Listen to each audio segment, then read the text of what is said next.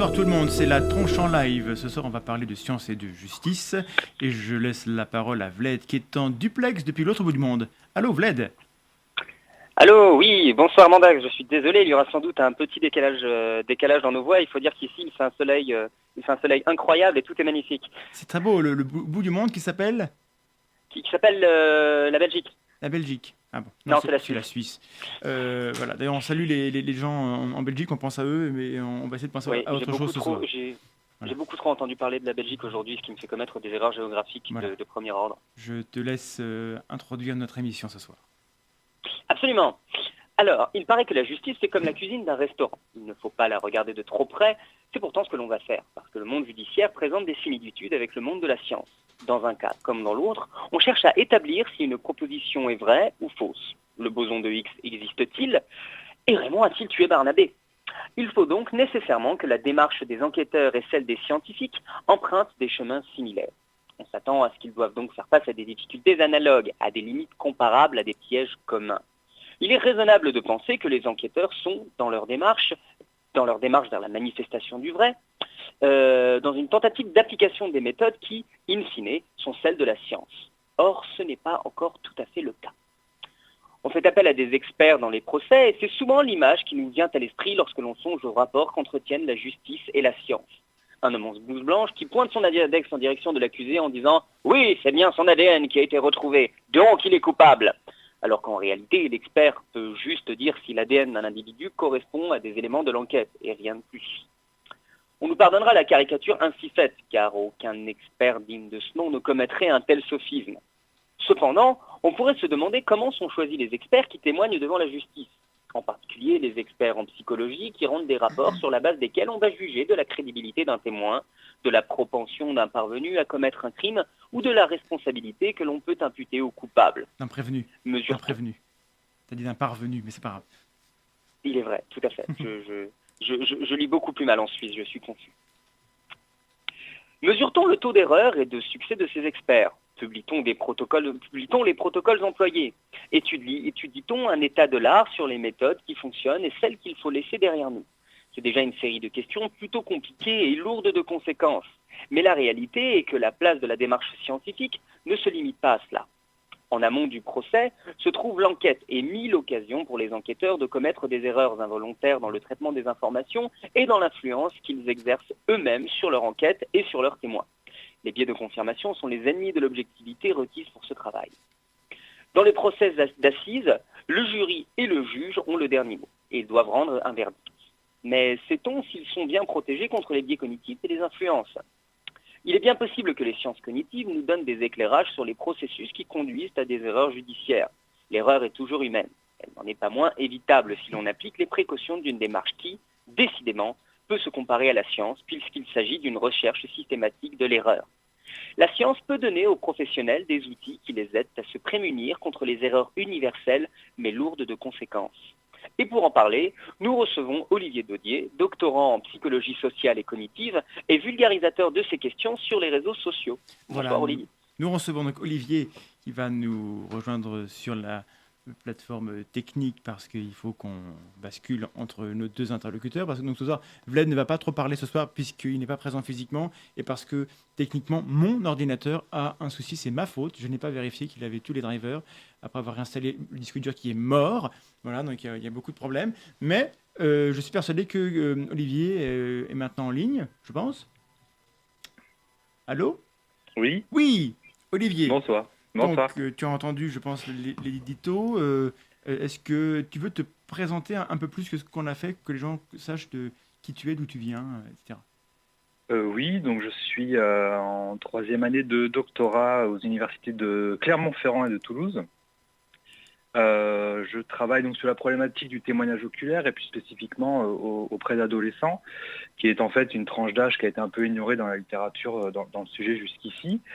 Et globalement, je m'intéresse à la psychologie en fait de l'enquête judiciaire, à tous les facteurs psychologiques qui peuvent impacter les prises de décision, les choix que peuvent faire les professionnels, qu'est-ce qui peut altérer les souvenirs de personnes, qu'est-ce qui peut les amener à se souvenir de choses qu'ils n'ont pas vécues, ou qu'est-ce qui peut amener des gens à avouer quand potentiellement ils n'ont rien fait, etc., etc. Toutes ces questions-là m'intéressent. Mhm. Et voilà. Et sinon, je suis chargé de cours à la fac de Toulouse.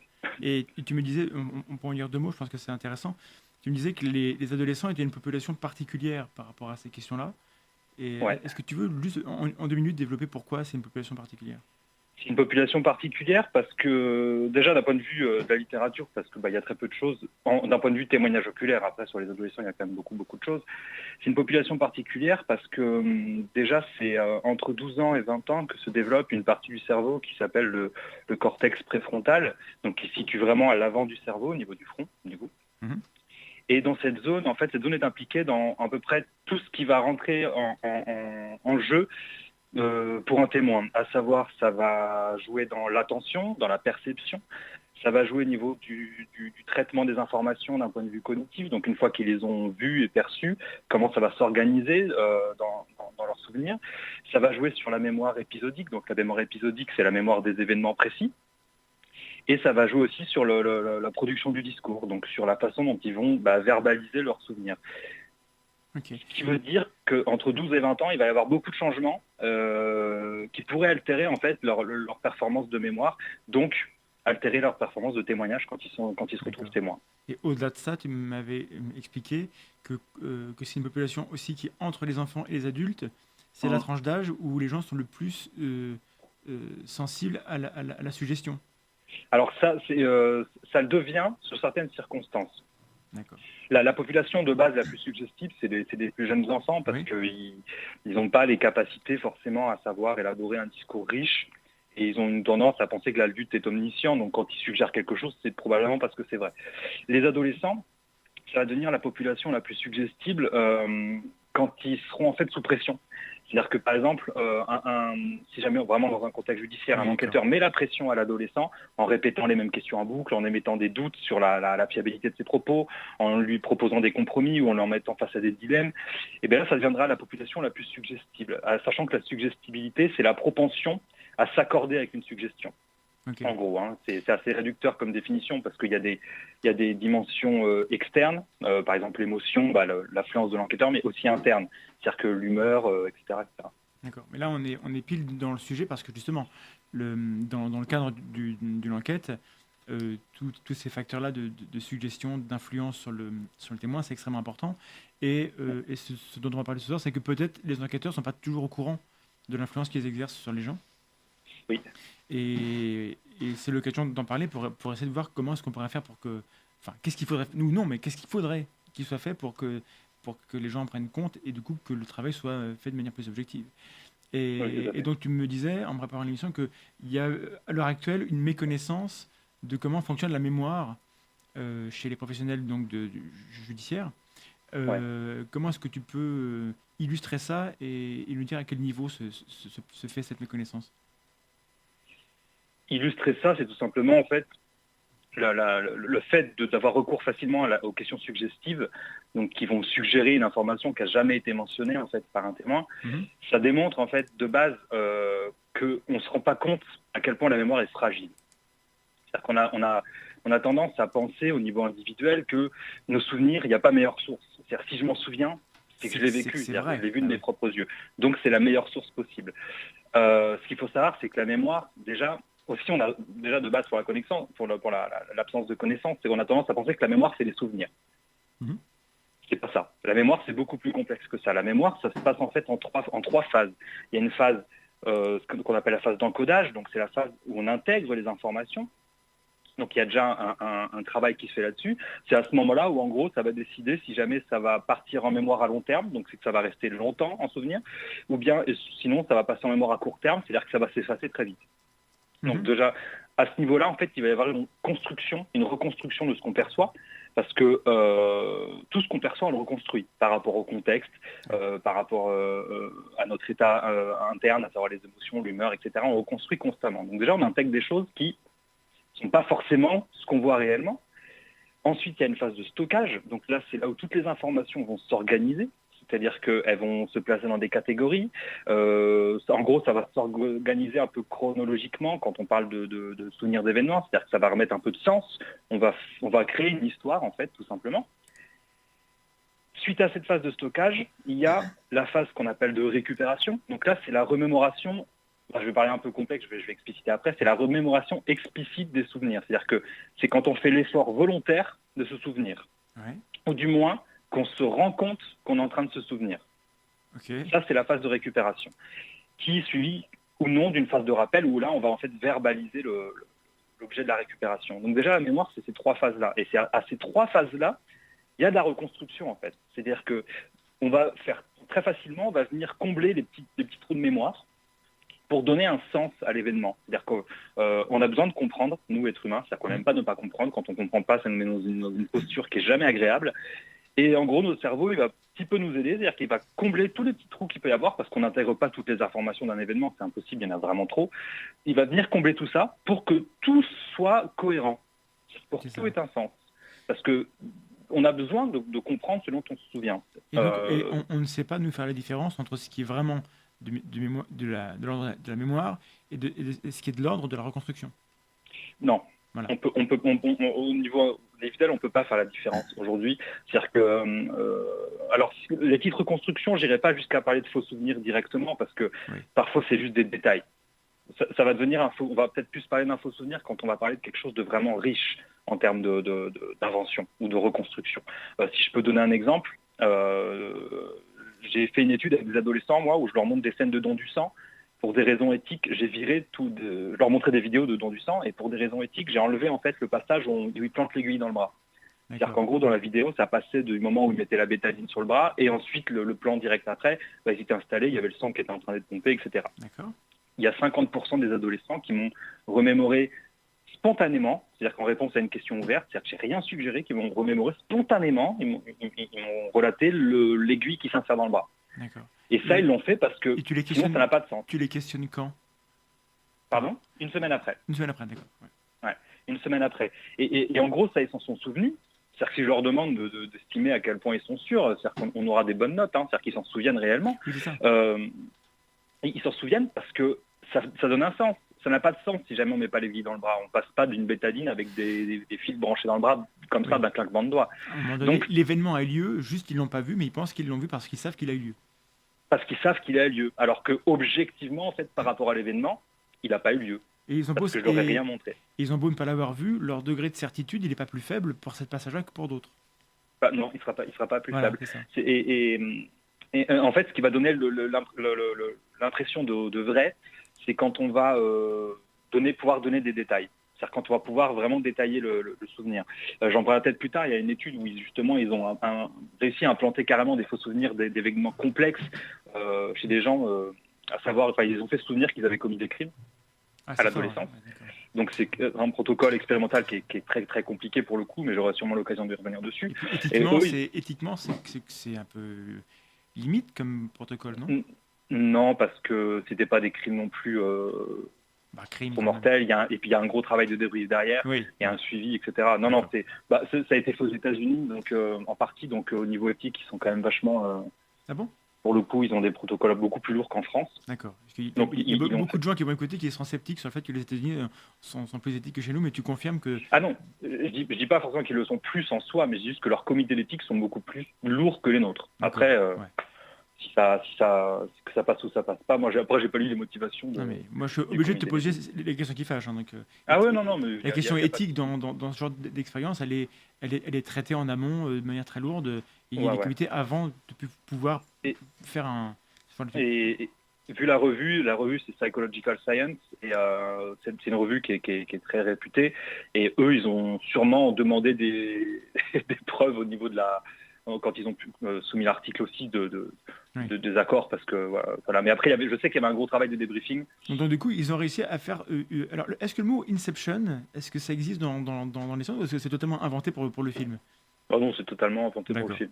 Très bien. Non, oui, le film, c'est intéressant pour le fun. C'est intéressant pour ce qu'ils font, quoi. Mais bon, après, ça correspond à rien de. D'accord. Mais en revanche, dans la réalité, on peut effectivement implanter ou susciter des faux souvenirs. Donc, est-ce que... allons-y, si tu veux développer ça, ou à moins que tu veuilles me parler d'autre chose. Non, oui, on peut totalement... déjà, moi, mon exemple sur sur l'aiguille qui s'insère, en soi, c'est considéré comme un faux souvenir parce qu'en gros, c'est riche parce que dans mon protocole, je leur demandais aussi de détailler et ils me le détaillaient. Ce passage, il n'y avait pas de souci, ils me donnaient des informations. En fait, les faux souvenirs, déjà, on est capable de les créer tout seul pour les raisons que je t'ai invoquées, quoi. C'est-à-dire que pour donner du sens. Et on va venir combler les trous par ce qui est cohérent. Et ça, on va le faire par rapport à nos expériences passées. Oui. Parce qu'en gros, on a l'habitude que ça se passe comme ça. Donc du coup, je vois pas pourquoi là, ça se passerait différemment. Donc hop, là, on va s'en souvenir. Mais tout ça, c'est de façon totalement implicite. C'est-à-dire qu'on ne s'en rend absolument pas compte. Et quand on s'en souvient, il n'y a aucun problème avec ça. Et justement, ce qu'ils ont montré dans leurs études, c'est qu'au niveau de la confiance en leurs souvenirs, il n'y avait pas de différence entre les vrais et les faux souvenirs. D'accord. Donc du coup, le témoignage oculaire qui est considéré dans la... on va dire dans la culture populaire, comme l'élément de preuve suprême, après l'aveu, tu es en train de nous dire que le témoignage oculaire, on ne peut pas être sûr qu'on se souvient, et l'aveu, on peut éventuellement faire croire à des gens qu'ils ont commis quelque chose. Alors qu'est-ce qu'il nous reste? Comment on fait? Qu'est-ce qu'il nous reste? Il nous reste à proposer aux enquêteurs des outils pour pas créer ça, en fait, tout simplement. C'est-à-dire que c'est vrai que dans la culture populaire, il y a la croyance du témoignage, elle est... c'est assez ambivalent, c'est assez ambigu, pardon. C'est-à-dire qu'en gros, quand les gens, on leur dit que c'est pas fiable, ils vont dire bah oui, on sait. Par contre, on prend n'importe quel article de presse, il y a toujours des témoignages en fait, donc on prend ça vachement au sérieux finalement. Oui. Donc c'est vrai que c'est quelque chose qui est très considéré comme quelque chose souvent de fiable. C'est-à-dire que si quelqu'un l'a vu ou l'a dit, c'est vrai, quoi. Nous sommes des primates, et on base notre avis sur les gens, sur la réputation qu'on leur donne, et je pense qu'on aura du mal à s'en défaire de cette... Mais il faut pas s'en défaire après, parce que dans la vie quotidienne, c'est quelque chose qui marche quand même plutôt bien, quoi. C'est-à-dire que tous les enjeux sont... ça pose problème quand il y a des enjeux, quand il y a des vies qui sont en jeu. Après, dans la vie quotidienne, tous les biais qui peuvent exister, toutes les croyances qu'il peut y avoir, elles nous aident quand même à vivre de manière générale. Donc, il n'y a pas forcément besoin que les gens s'en défassent. Oui. Parce que, voilà. Après, c'est au niveau des pratiques, donc des professionnels de la justice. Là, l'effort, quand même, il est plutôt indispensable. Parce que le fait de penser qu'un aveu, c'est quelque chose de forcément fiable, ça posera forcément problème à un moment ou l'autre. Oui. Mais il y a quand même des aveux qui sont vrais. Ah oui, bien évidemment. Voilà. Et des témoignages aussi qui sont très fiables. Bien sûr, oui. Mais le fait est que là, on pose la question parce qu'il y a toujours des erreurs. Plus il y a de cas, plus le risque qu'il y ait au moins une erreur augmente. Donc on est certain, à l'heure actuelle, qu'il y a dans les prisons françaises des gens qui sont innocents. Ah bah voilà. Oui. On a même des cas, tu avais évoqué, je ne sais plus leur nom, une asso qui s'occupe, une fois que toutes les voies de recours ont été épuisées, des assos qui continuent de travailler. Alors aux États-Unis, il y en a beaucoup, en France, il y en a quelques-uns, des cas qui continuent d'être traités parce que les gens disent qu'ils sont innocents. Et la justice a tranché. Et malheureusement, on ne peut pas être sûr à 100% en fait. L'association, c'est Innocence Project. Donc, ça a été créé aux États-Unis il y a 20 ou 30 ans, je ne sais plus. Là, il y a une antenne qui a ouvert à Lyon, en France, avec c'est Maître Sylvain Cormier qui a créé ça. Innocent Project. Et oui. Pardon ? Innocent Project, je répète. Ouais, Innocence Project. Et ils partent du constat qu'effectivement, en France, des cas avérés d'erreurs judiciaires, plutôt pour les affaires en général jugées en cour d'assises, donc des crimes qui sont très lourds en général. Je crois, le chiffre, je ne l'ai plus exactement, je crois que c'est 8 ou 9 en France depuis 1945, ce qui est en fait très peu, alors qu'aux États-Unis, c'est plus de 300 affaires qu'ils ont résolues ensuite. Bon, après, c'est pas la même taille du pays non plus. Mais juste, pour faire une parenthèse, aux États-Unis, il y a beaucoup de gens qui ont quitté le couloir de la mort, enfin beaucoup, j'ai pas de chiffres, mais les gens qui sont condamnés à mort et donc, pour lesquels on découvre après coup qu'en fait ils étaient innocents, les condamnations, peut-être que tu auras des chiffres, quel est le pourcentage de cas dans lesquels ils ont été condamnés sur la base d'un témoignage oculaire? Alors ça, c'est une étude qui date de 88, c'est Ratner. Alors c'est pas que les condamnés à mort, c'est tous les gens qui sont condamnés pour des crimes. C'était 50% d'affaires où il y a des erreurs de témoignage. 50%? Donc la moitié. 50% des erreurs ou 50% des cas complets? 50% des cas d'erreurs. Ah voilà, dans les erreurs, la moitié sont liées à des témoignages oculaires. Voilà. D'accord. Il n'y a pas forcément que ça, bien évidemment, mais voilà, il y a des erreurs de témoignage impliquées dans 50% des 50% des affaires. D'accord. Et donc en France, visiblement, il y a beaucoup moins de révisions. Alors ça peut vouloir dire deux choses, soit qu'on fait beaucoup moins d'erreurs, soit qu'on a du mal à les reconnaître. Et ça, c'est un autre élément intéressant, d'apprendre à admettre l'erreur si elle existe, apprendre à la voir, à la reconnaître et à la corriger. Est-ce que Ouais, ça, donc, c'est rentré dans les mœurs, d'après toi ou... au niveau de la justice, je sais pas, parce que moi après je travaille pas directement dans le monde judiciaire, donc je sais pas comment ça se passe. Après, si on écoute, justement, il y a Sylvain Cormier a donné beaucoup d'interviews à ce sujet-là. Quand on l'écoute, c'est vrai qu'on a du mal à croire qu'en France, il n'y a eu que 9 personnes accusées à tort. Ça paraît, mais en fait, même si on prend ça de façon très froide, qu'on regarde ça de point de vue statistique, ça paraît quand même très peu probable, quoi, parce que des procès d'assises, il y en a quand même beaucoup, même si c'est pas forcément la majorité, je n'ai pas les chiffres, mais ça paraît assez peu incroyable, et surtout quand on voit certaines pratiques, quand je vois aussi les petites erreurs judiciaires qu'il y a eu et les pratiques qu'il y a encore aujourd'hui, Ouais. c'est difficile de ne pas penser autrement. Après, il n'y a pas de chiffres, forcément. Du coup, on ne peut pas savoir. Donc, ça se trouve, peut-être qu'aussi, on a une justice qui est géniale. Hein. Enfin, voilà. Mais ça paraît quand même assez C'est plus probable. raisonnable de penser qu'il y a des erreurs et qu'on Ouais. ne les voit pas, en fait. Ouais. D'accord. C'est plus raisonnable de penser comme ça, quoi. Mais Mais après, oui. non, juste pour revenir un peu par rapport au plan d'émission sur les sujets qu'on avait prévus au tout début. Donc, on voulait parler un peu donc, tout ce qu'on a dit sur la méconnaissance du fonctionnement de la mémoire, mais il y a aussi le fait que quand les gens enquêtent, ils sont en proie, qu'ils le sachent ou non, à des biais, en particulier le biais de confirmation. Oui. Donc ça, on en a parlé dans une émission, il y a la dernière émission de la tranche en biais. Et ça, donc c'est un problème qui est totalement invisible, mais pour lequel il y a des remèdes. Encore faut-il être au courant que ça existe et des conséquences que ça. Donc, qu'est-ce que tu peux nous en dire par rapport à ce contexte-là? Que déjà ça s'observe dans les faits. C'est-à-dire que le biais de confirmation, alors il y a toute une littérature sur le biais de confirmation spécifique au contexte judiciaire. Tu peux leur rappeler ce que c'est en deux mots pour les gens le biais de qui confirmation. Ouais. Le biais de confirmation, c'est la tendance qu'ont les gens en fait à sélectionner, à interpréter, voire parfois à créer les informations de sorte à ce que ça vienne confirmer des croyances qui sont préétablies, enfin qu'on a déjà, des croyances ou des hypothèses qu'on s'est déjà fait. C'est-à-dire qu'en gros, c'est un biais qui va nous pousser à confirmer que ce qu'on pense est vrai. Voilà. En gros. Et appliqué au monde judiciaire, ça permet en fait de, comment dire. Dès qu'on a quelqu'un dans le collimateur, on va plus voir que les éléments qui convergent pour dire que c'est lui, quoi. C'est ça? Ouais. Enfin après, c'est pas forcément uniquement lié à une personne, mais en gros, c'est comment des croyances ou des hypothèses préexistantes vont influencer les différentes étapes d'une enquête judiciaire. En fait, quelle que soit l'hypothèse qu'on s'est faite. Et bien évidemment, quand on regarde les erreurs judiciaires, on se rend compte que l'hypothèse, elle est souvent orientée vers un suspect principal. Et que, en fait, on ne va pas conduire les choses parce que cette personne est coupable, mais parce qu'en fait, on est intimement convaincu qu'elle est coupable. Oui. Et ça, c'est quand même une sacrée différence. Oui, donc, en fait, là, il faut préciser, c'est que ces biais-là n'impliquent pas que les gens soient malhonnêtes. Les gens font leur travail. Non, pas du tout. Oui, mais c'est important pour que ça soit bien reçu, ce qu'on est en train de dire. Les gens sont parfaitement honnêtes, ils sont compétents dans leur travail. Mais il faut tenir compte d'une donnée de leur psychologie qui fait qu'ils vont moins faire attention à des éléments concrets qui seraient intéressants, mais qui ne cadrent pas avec l'idée qu'ils ont de ce qu'est la vérité.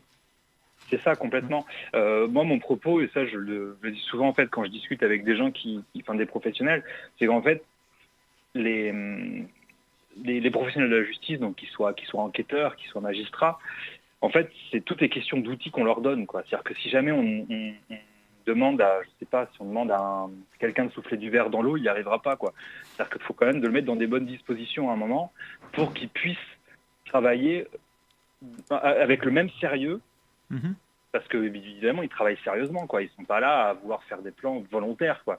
C'est pas du tout le propos, mais ils sont soumis, à des influences comme tout le monde, quoi. C'est-à-dire que si jamais on n'apprend pas à ces personnes à gérer ces influences-là, il n'y a pas de raison que ça se passe autrement.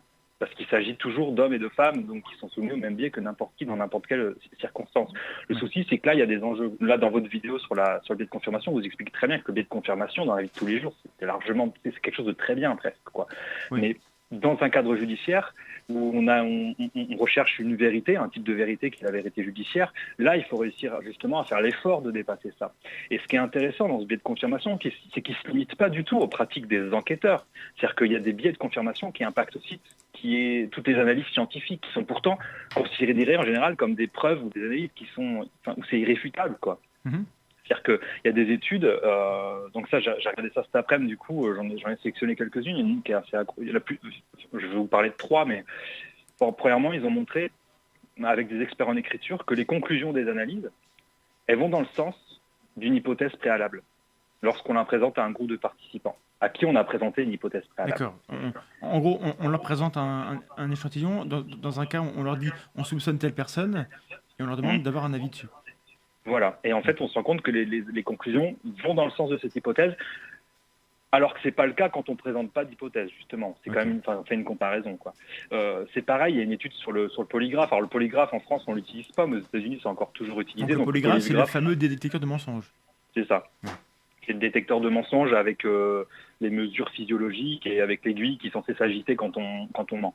Donc c'est quelque chose qui est totalement décrié par la littérature scientifique, personne ne veut utiliser ça, mais aux États-Unis, ils l'utilisent. Et il y a des chercheurs qui ont montré, en fait, c'est Elad Ginto et Ben Shakar, je crois, qui ont montré que le fait de proposer une hypothèse avant, ça va influencer la façon qu'auront les experts à poser leurs questions. En fait, ils vont influencer les réponses et peut-être ça va jouer au niveau verbal aussi non verbal, quoi. C'est-à-dire qu'ils vont émettre plus facilement des doutes sur les réponses au niveau des expressions faciales, etc. Oui. Et ça va aussi impacter les interprétations des résultats bruts. D'accord. Voilà. Oui, du coup, le fait d'avoir une manière de questionner qui est différente, ça va induire des réponses physiologiques différentes.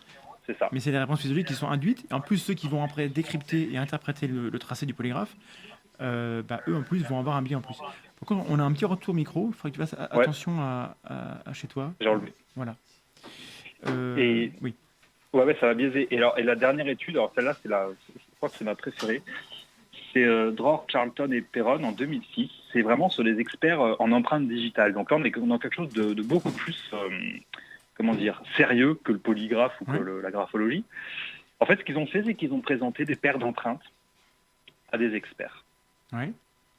Ce qu'on leur dit pas, c'est que ces paires d'empreintes, c'est des empreintes qu'ils ont déjà analysées eux et qu'ils ont estimé, ils sont arrivés aux conclusions qu'elles étaient correspondantes. Oui. Toutes les paires d'empreintes. On leur dit qu'il s'agit d'une affaire médiatisée et que, en fait, il y a déjà une première analyse qui a conclu à une non-correspondance. Donc on leur donne une hypothèse. D'accord. Donc à la base, on avait 100% des experts qui estimaient que les empreintes elles correspondaient. Et là, en fait, une fois qu'on leur dit qu'il y a déjà eu une hypothèse avant, qu'il y avait déjà eu une analyse avant qui avait conclu à la non-correspondance, on tombe à 1 expert sur 5 qui conclut à la correspondance. Alors qu'ils avaient tous estimé qu'elles étaient correspondantes en premier lieu. On perd 80% de l'analyse. C'est ça. Ah oui. Et ça, c'est quand même assez dingue parce que, après, j'y connais rien en termes d'analyse d'empreintes, mais j'imagine qu'il y a des calibrages à faire, qu'il y a des paramètres, il y a des choses à paramétrer. Ah oui. Et en fait, c'est à ce niveau-là que ça va jouer, en fait. C'est-à-dire que le fait d'avoir une hypothèse avant, c'est-à-dire qu'on leur a déjà dit, voilà, ça ne correspondait pas, ils ont déjà leur hypothèse. Et en gros, ça va être conduit de sorte à ce que ça vienne confirmer cette hypothèse-là, quoi. Donc, et là, ça pose problème parce que là, on ne parle pas spécialement de décision, de prise de décision ou d'opinion. On parle vraiment d'une pratique scientifique, quoi. Donc, c'est quelque chose qui est très cadré et très structuré. Donc, là, ça pose beaucoup plus de problèmes, en fait. Ok. On a vraiment des problèmes de son de micro, c'est pas beau. Par rapport tu as évoqué un cas quand on a parlé de l'émission.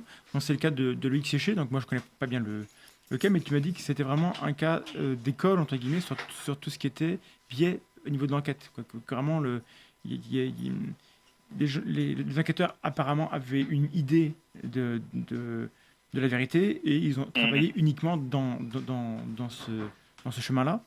Et du coup, après, il y a eu le cas a été rejugé et compagnie. Le monsieur a été innocenté, il me semble.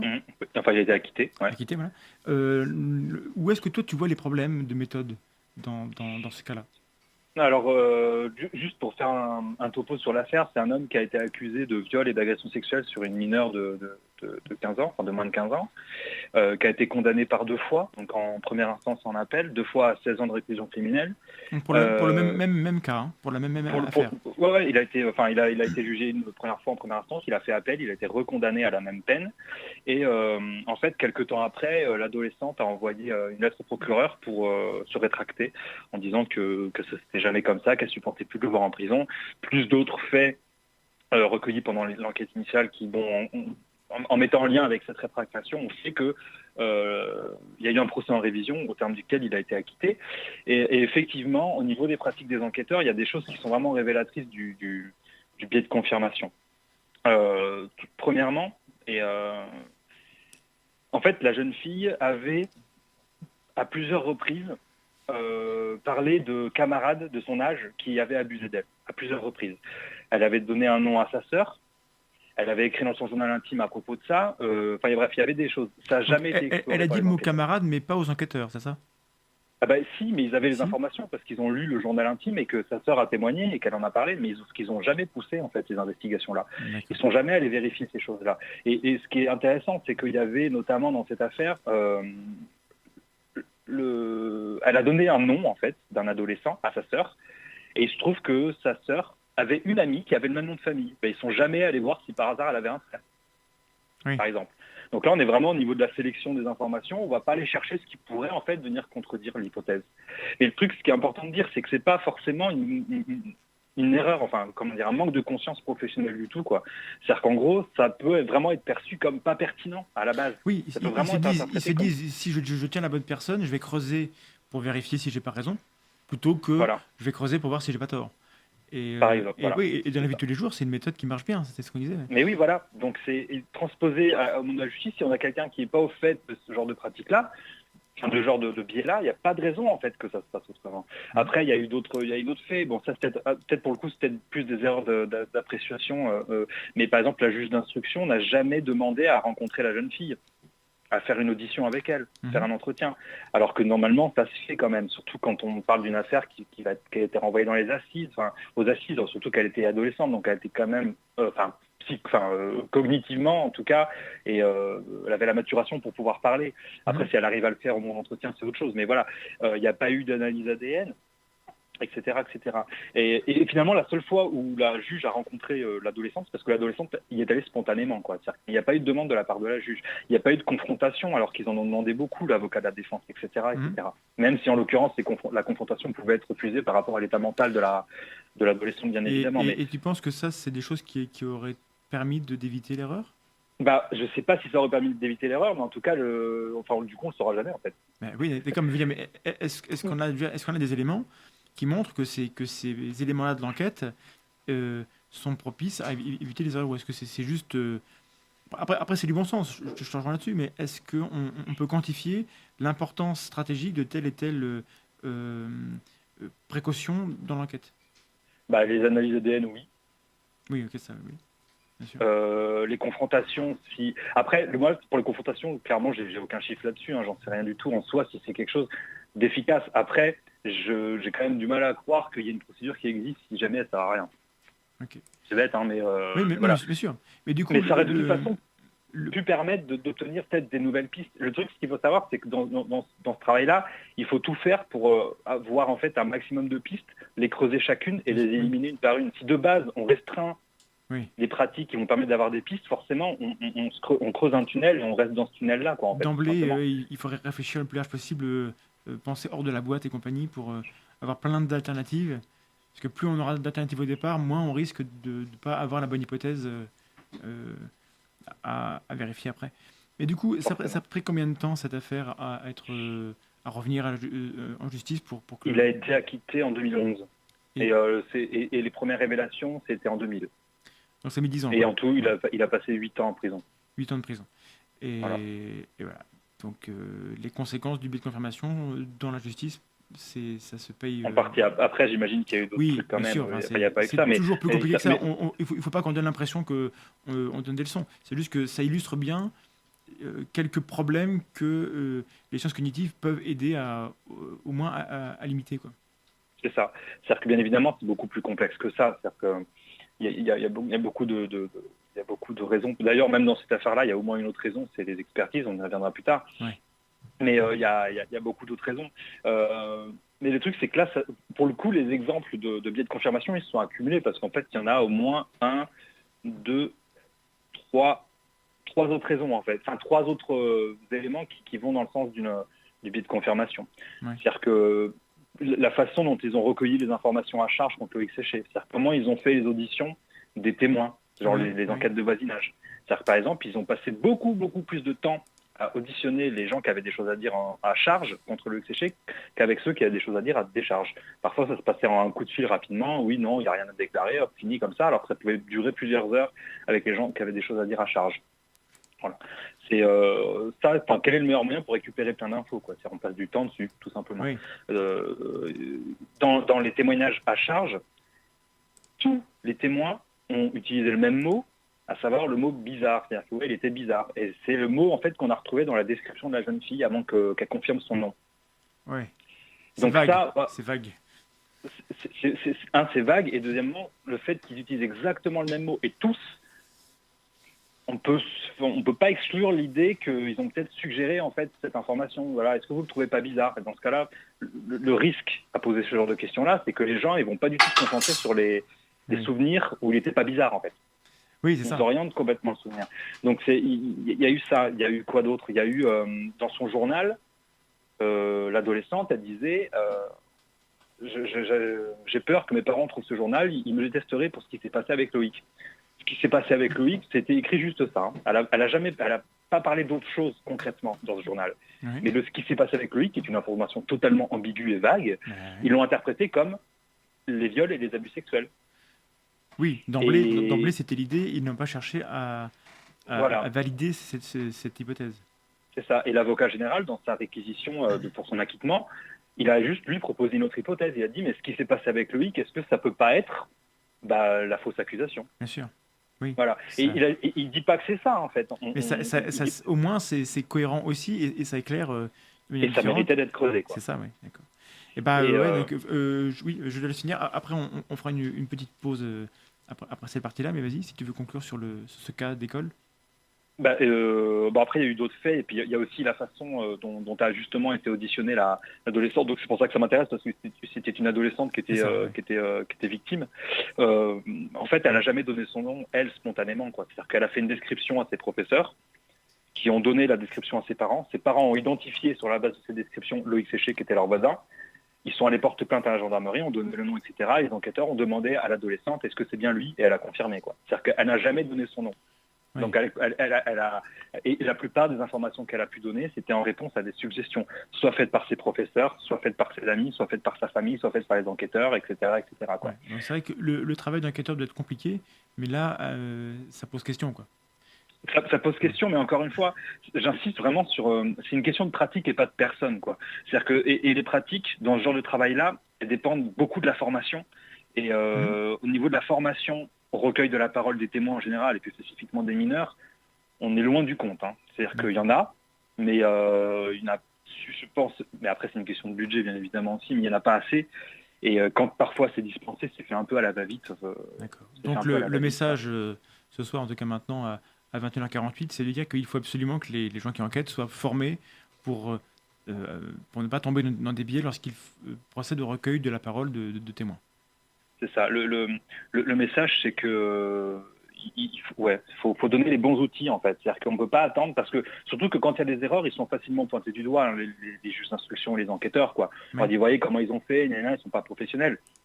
Ça n'a rien à voir avec ça. C'est-à-dire qu'un professionnel, on le forme d'une façon, c'est très bien, il a une formation initiale, mais ensuite sa pratique se développe, la science évolue, donc les données évoluent, donc les conseils peuvent évoluer aussi. Si jamais on ne forme pas les gens, on ne peut pas s'attendre à ce que intuitivement ils aient des pratiques qui ne sont pas intuitives, quoi. C'est-à-dire que les questions suggestives, c'est des questions qu'on pose tout le temps dans la vie de tous les jours. Quand on demande à quelqu'un si ça va, C'est une question suggestive. On suggère qu'il va bien, on s'attend à ce qu'il nous réponde oui, etc. etc. D'ailleurs, D'un point de vue quand il répond communication, non, on se sent bien compte. on est bien embêté, Ouais. surtout quand on ne le connaît pas trop, quoi. Donc, Ouais. c'est voilà, alors quelqu'un arrive, tu viens d'où, tu viens de cours, voilà, on lui suggère une information. Mais socialement, c'est idéal parce que ça réduit l'effort cognitif Oui. et ça permet des discussions beaucoup plus rythmées et c'est beaucoup plus agréable, quoi. Si jamais tu passes une après-midi à poser que des questions ouvertes, toi, tu vas être crevé et alors les mecs en face, ils vont en avoir marre au bout de 5 C'est ça. minutes, quoi. C'est pas possible. C'est un métier.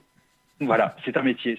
Dans la pratique judiciaire, on ne peut pas s'attendre à ce que des gens le fassent si jamais on ne les forme pas convenablement. Et il ne suffit pas juste de le dire pour que ce soit formé. C'est-à-dire qu'il ne faut pas lire un livre pour que ça suffise, quoi. Ouais. Donc il faut vraiment former les enquêteurs. Donc il faut arrêter de leur taper dessus quand il y a des cas comme ça.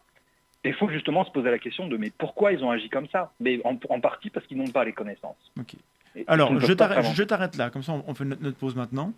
Ça marche. Je pense que l'info est passée. Je me tourne vers Maxime pour la pause musicale. Je crois que c'est du Mr. Bungle, mais je ne sais plus le titre. Alors, Exactement, c'est Pink Cigarette. Ah, voilà. Et nous sommes de retour. Oui, c'est la fin est brutale. Hein. C'était Mr. Bungle, Pink Cigarette. Avec Olivier Dedier, donc, pour parler de sciences cognitives dans le monde de la justice. Qu'est-ce qui s'est passé? J'ai eu très mal à mes oreilles. Désolé. Pas de souci. Olivier, donc partie 2. On Oui. va s'intéresser un peu au monde des experts. Parce Ouais. que, évidemment, quand, comme moi, on ne connaît rien au monde judiciaire, on lit un peu les chroniques, on voit éventuellement des sujets, etc. Et à chaque fois, on nous parle de paroles d'experts, à un moment donné ou à un autre. Donc les experts sont partout dans le monde judiciaire, enfin, apparemment. Qu'est-ce qu'on peut en dire? Est-ce que c'est un monde où tout va bien ou est-ce qu'il y a des soucis? Il y a des soucis. Ok, merci. Eh bien, passez une bonne soirée. Non, il y a des soucis à plusieurs niveaux.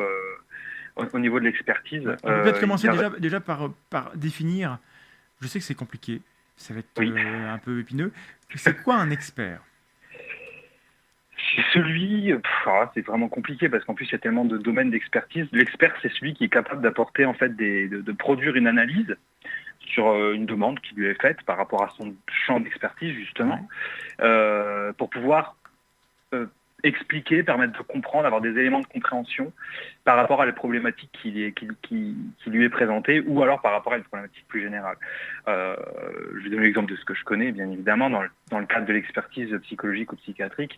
En gros, ça va permettre tout un tas de choses. Je pourrais donner la liste de ce qu'il aurait demandé en général après, mais ça va être d'apporter des éléments de compréhension sur, en gros, qu'est-ce qui a pu amener la personne accusée ou à commettre l'infraction qu'elle a commise. Mais la question c'est comment on choisit un expert? Comment on devient expert? Est-ce que moi je peux être expert en Lego ou en j'ai une question idiote, mais voilà, à un moment donné, quand on fait venir quelqu'un dans un tribunal ou dans un contexte judiciaire pour qu'il ait une parole technique d'expert, comment on va le chercher? Comment on sait à quelle porte cogner? En fait, il y a un rapport de 2011 qui est issu d'un comité de réflexion sur l'expertise qui pointait du doigt l'absence de transparence sur leur sélection, voilà. Et notamment en termes de qu'est-ce qui fait qu'on refuse ou non un expert. Donc, en fait, il y a vraiment un manque de transparence, c'est-à-dire qu'en gros, ils n'ont pas été capables d'y répondre. Après, pour l'expertise, l'expertise notamment psychologique, ils postulent, les gens postulent. Ah, ok. Pour être inscrit sur les listes, il doit prouver son expérience, donc ça, c'est pas compliqué à prouver. Enfin, depuis quand on travaille, en gros, on donne un CV. C'est mieux d'avoir une certaine notoriété dans son champ. Parce que ça peut être révélateur d'une qualité. Et si ensuite il est retenu, il y a une période probatoire, donc qui va permettre de voir si la personne, en gros, répond aux attentes qui sont posées sur elle. Et voilà. Alors, comment on mesure la notoriété? Je sais que c'est une question... Honnêtement, j'en ai aucune idée.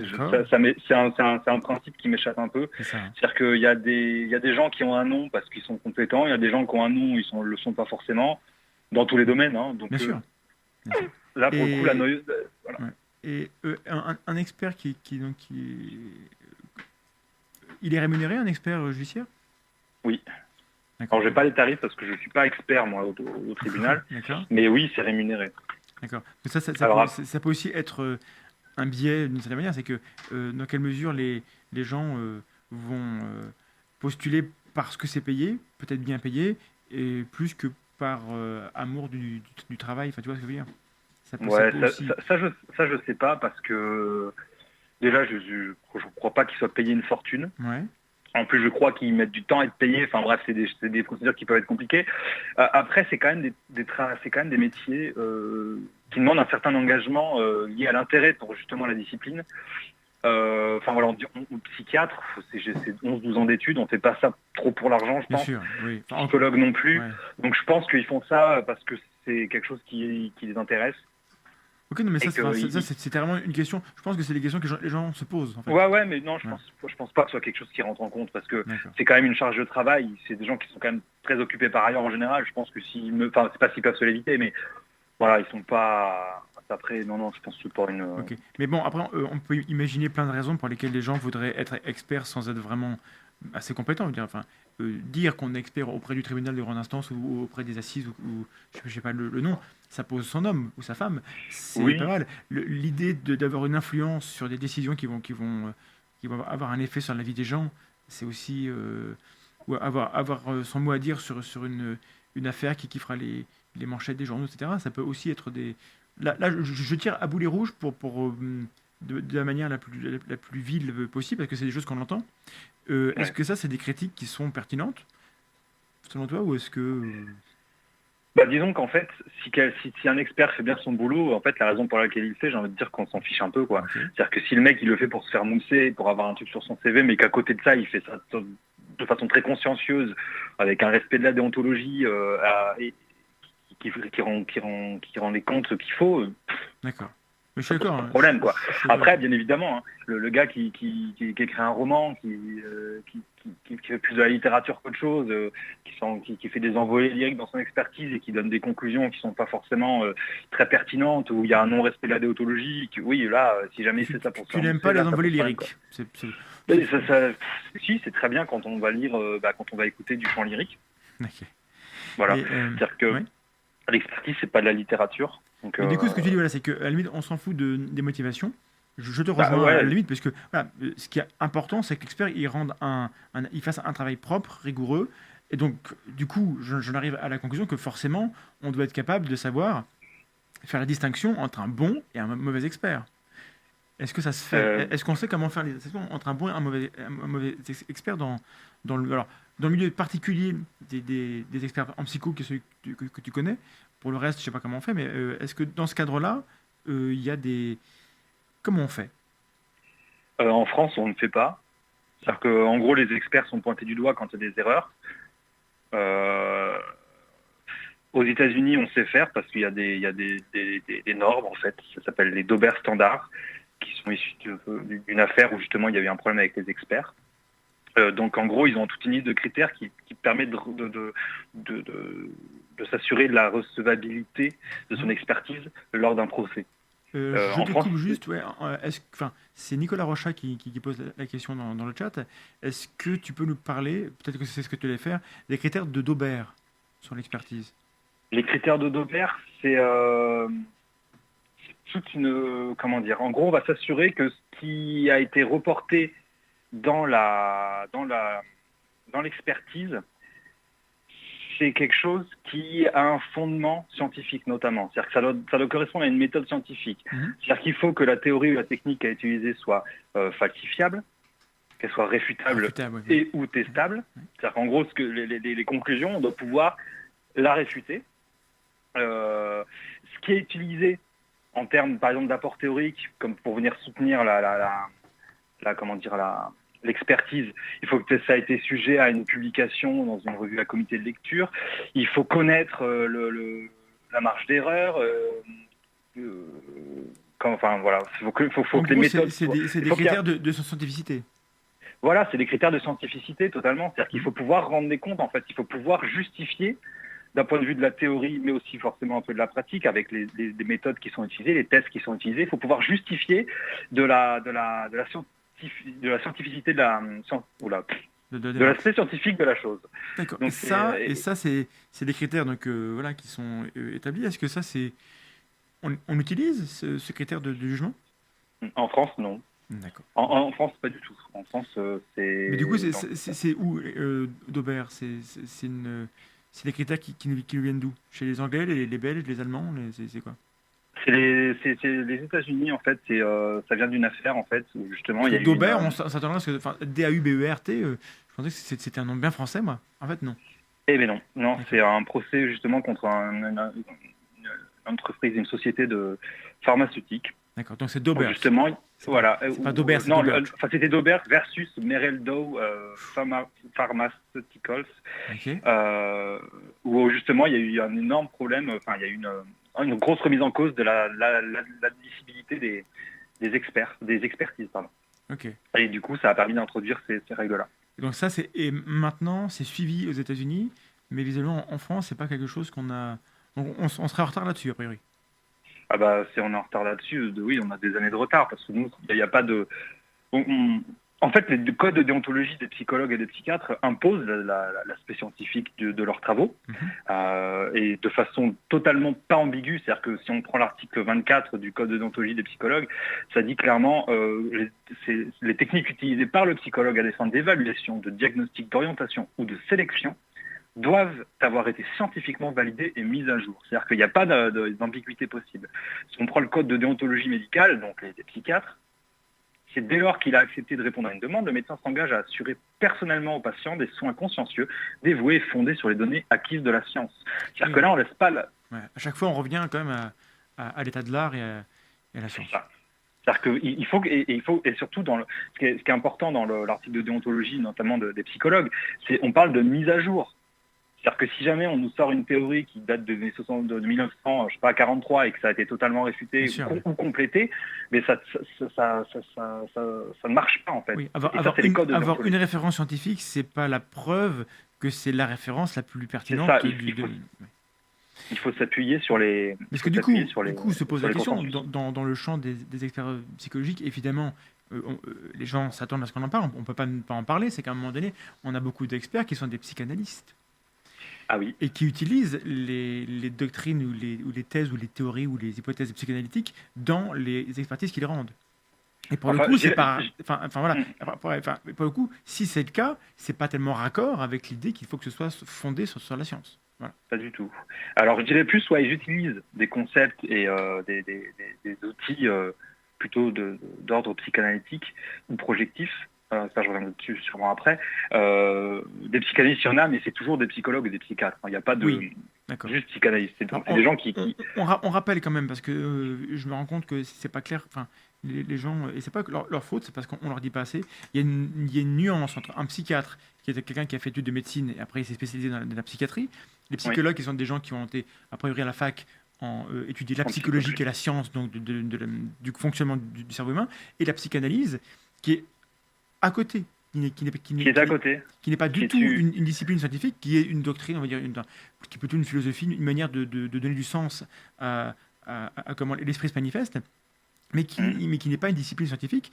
Et donc les gens peuvent être psychologues ou psychiatres, et en plus avoir suivi une psychanalyse et être devenu psychanalyste uniquement à travers, comment dirais-je, ils se font adouber d'une certaine manière par une école psychanalytique qui les reconnaît comme étant membres du club, quoi. Mais c'est pas un grade, c'est pas un grade qu'on acquiert par des études sanctionnées parce qu'elles suivent le consensus scientifique. Voilà. La psychanalyse, c'est vraiment à côté. Voilà. C'est ça. Quand bien même, il y a la psychanalyse est très largement présente dans les formations en psychologie. On n'a pas de titre de psychanalyste qui nous est dispensé à la fin, quoi. C'est-à-dire qu'il n'y a pas d'obligation de titre à être pour être psychanalyste. Et mais du coup, les experts, eux, ils sont retenus parce qu'ils sont psychologues ou psychiatres. Voilà. Mais avec ça vient dans le cortège la psychanalyse bien souvent. Voilà. Okay, c'était pour poser un peu le contexte. Donc, du coup, dans ce contexte-là, on se retrouve avec des expertises, on en a parlé un petit peu avant, avec parfois des choses qui sont, pour le coup, qui sont irréfutables. Qui sont totalement irréfutables. Et alors que pourtant, à la base, on leur pose des questions aux experts qui peuvent être répondues en fait par l'utilisation de méthodes et de théories qui, elles, sont réfutables. Je pense que ça peut être intéressant peut-être de dire en gros ce qui est en général demandé. Sachant qu'ils peuvent avoir des expertises à la fois sur les victimes, sur les plaignants, autant que sur les mises en cause ou les mises en examen. Donc pour les victimes, on leur demande de clarifier des aspects de la personnalité, s'il y a des troubles ou des anomalies, évaluer le niveau d'intelligence. Il faut mettre au jour les circonstances et les contextes de la révélation des faits et préciser s'il y a eu des facteurs d'influence, par exemple la suggestion. Il faut pouvoir estimer l'impact des faits potentiels sur le plaignant. On s'assure de son niveau de connaissance et son niveau de maturation et on préconise ou non un suivi psychologique. On peut dans certains cas aussi demander d'évaluer la crédibilité des propos. C'est souvent le cas pour les affaires avec des mineurs. Même si ça, pour le coup, c'est sujet à discussion, à débat, notamment suite à l'affaire d'Outreau. Donc ça, c'est ce qu'on leur demande, de produire un avis autorisé, technique, sur ces questions-là. Sur ces questions-là, pour les plaignants. Pour les mises en cause ou les mises en examen, maintenant, là, on va devoir évaluer l'intelligence, le niveau d'affect, la sociabilité. Et pour ces points-là, s'il peut y avoir une dimension pathologique, on va s'intéresser aux facteurs personnels, familiaux, sociologiques, sociaux plutôt, qui peuvent avoir un impact sur sa personnalité et les impacts sur l'infraction qui lui est reprochée.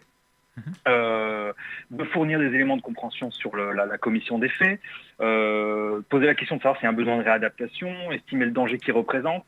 Si au moment des faits, il y avait une atteinte, donc une altération du discernement, et surtout aussi préconiser un suivi socio-judiciaire. Et toutes ces choses-là, c'est des choses qui est demandé aux psychologues et aux psychiatres, et c'est des questions auxquelles on peut répondre avec des méthodes qui sont validées et mises à jour scientifiquement, quoi. Donc, a priori, on s'attend à ce que les gens utilisent donc des méthodes scientifiques. Mais, et c'est là, où le problème, c'est que visiblement, on ne vérifie pas les méthodes qui sont utilisées. Ben non, parce qu'il y a en France, la psychanalyse est largement acceptée. Alors en soi, la psychanalyse, c'est une grille de lecture, une grille de compréhension qui est proposée. On y adhère, on n'y adhère pas. Mais la chose qui est sûre, c'est que c'est pas scientifiquement fondé, quoi. C'est-à-dire que non seulement ça repose sur pas grand-chose à la base, c'est-à-dire que Freud, quand il a apporté ça se basait uniquement sur à la base lui et les cas qu'il a pu voir. Et les cas qu'il n'a pas guéri, d'ailleurs. C'est un peu, voilà. C'est juste en passant. Et effectivement, et voilà, et c'est tout. Et le souci, c'est derrière, c'est que c'est pas quelque chose qui est réfutable. Et il y a certains concepts de la psychanalyse qui ont même été contredits justement par la communauté scientifique. Par rapport au... Du coup, je te coupe.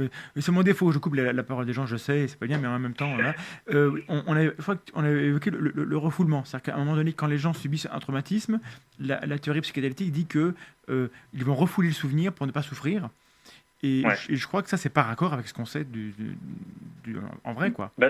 C'est pas réfutable, parce que en gros, si la personne s'en souvient, c'est bien, donc l'événement a eu lieu. Oui. Par contre, si elle s'en souvient pas, c'est pas qu'il n'a pas eu lieu l'événement, c'est qu'en gros, elle l'a refoulé. Donc l'événement a eu lieu. Ah oui. C'est-à-dire qu'en gros, qu'on ait un comportement ou son inverse, on arrive à la même conclusion. C'est-à-dire qu'il a eu lieu. Mais à la limite, ça, on pourrait dire, oui, mais si c'est vrai que les gens refoulent, ils refoulent. On ne peut pas inventer autre chose que ce qui est vrai. Sauf que, est-ce que c'est vrai que les gens refoulent? Mais sauf que les données de la science vont dans le sens inverse, quoi. C'est-à-dire que quand il y a les traumatismes, on s'en souvient que trop bien. C'est-à-dire que si jamais on prend juste l'existence du stress post-traumatique, c'est quand même bien l'exemple qu'on s'en souvient que trop bien. C'est-à-dire que ça vient juste à impacter toute notre vie, quoi. Ça trouble du sommeil, il y a des réminiscences, il y a des troubles anxieux, enfin voilà, et on s'en souvient. C'est-à-dire qu'il y a les gens qui ont un stress post-traumatique, ils se souviennent de l'événement.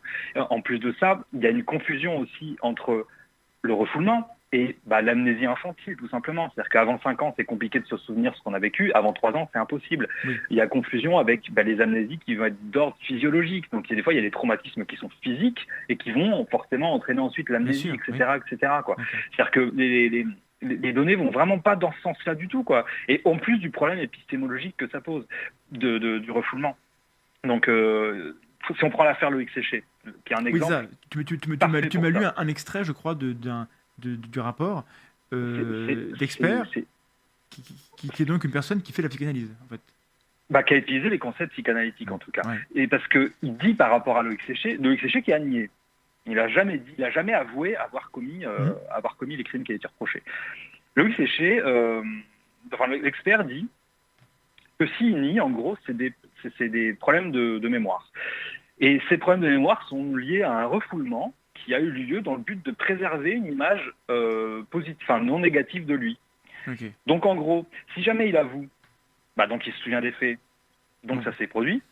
Si jamais il avoue pas, c'est qu'en fait il a refoulé, donc que ça s'est réellement produit. Donc en gros, pitch again, face tu perds. Dans les deux cas, si on a décidé de lire les faits sous la lumière qu'il est coupable, eh ben on va conclure qu'il est coupable. Là, on a juste une coupure de téléphone, mais Olivier va nous rappeler. Il n'y a pas d'inquiétude, je le vois parce que je l'ai en visuel sur Skype, mais on n'a pas le son. Mais il va revenir, il va nous rappeler. Voilà. Et donc, on parlait des problèmes de la réfutabilité chez les experts.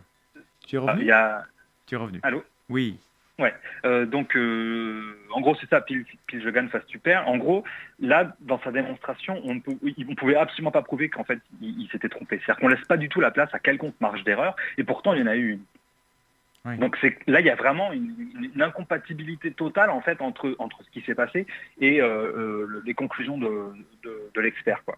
Mais j'ose espérer que du coup maintenant ça n'existe plus, puisqu'on a eu le cas séché, on a vu les problèmes. Toi-même tu es au courant de ce rapport d'expertise qui pose problème dans sa méthode, parce que du coup il était irréfutable. Donc on doit se dire maintenant, puisque ça remonte à quelques années, le monde judiciaire a dû faire le ménage. Et chez les experts, on est beaucoup plus exigeant. On n'accepte plus des rapports qui mélangent les genres comme ça et qui utilisent des concepts qui sont plus réfutables. Là, je fais ma question naïve, mais voilà, rassure-moi. Non, je ne te rassurerai pas de ce point de vue-là. Non, ça ne change pas parce que effectivement, là, les expertises au procès en révision ont été pointées du doigt.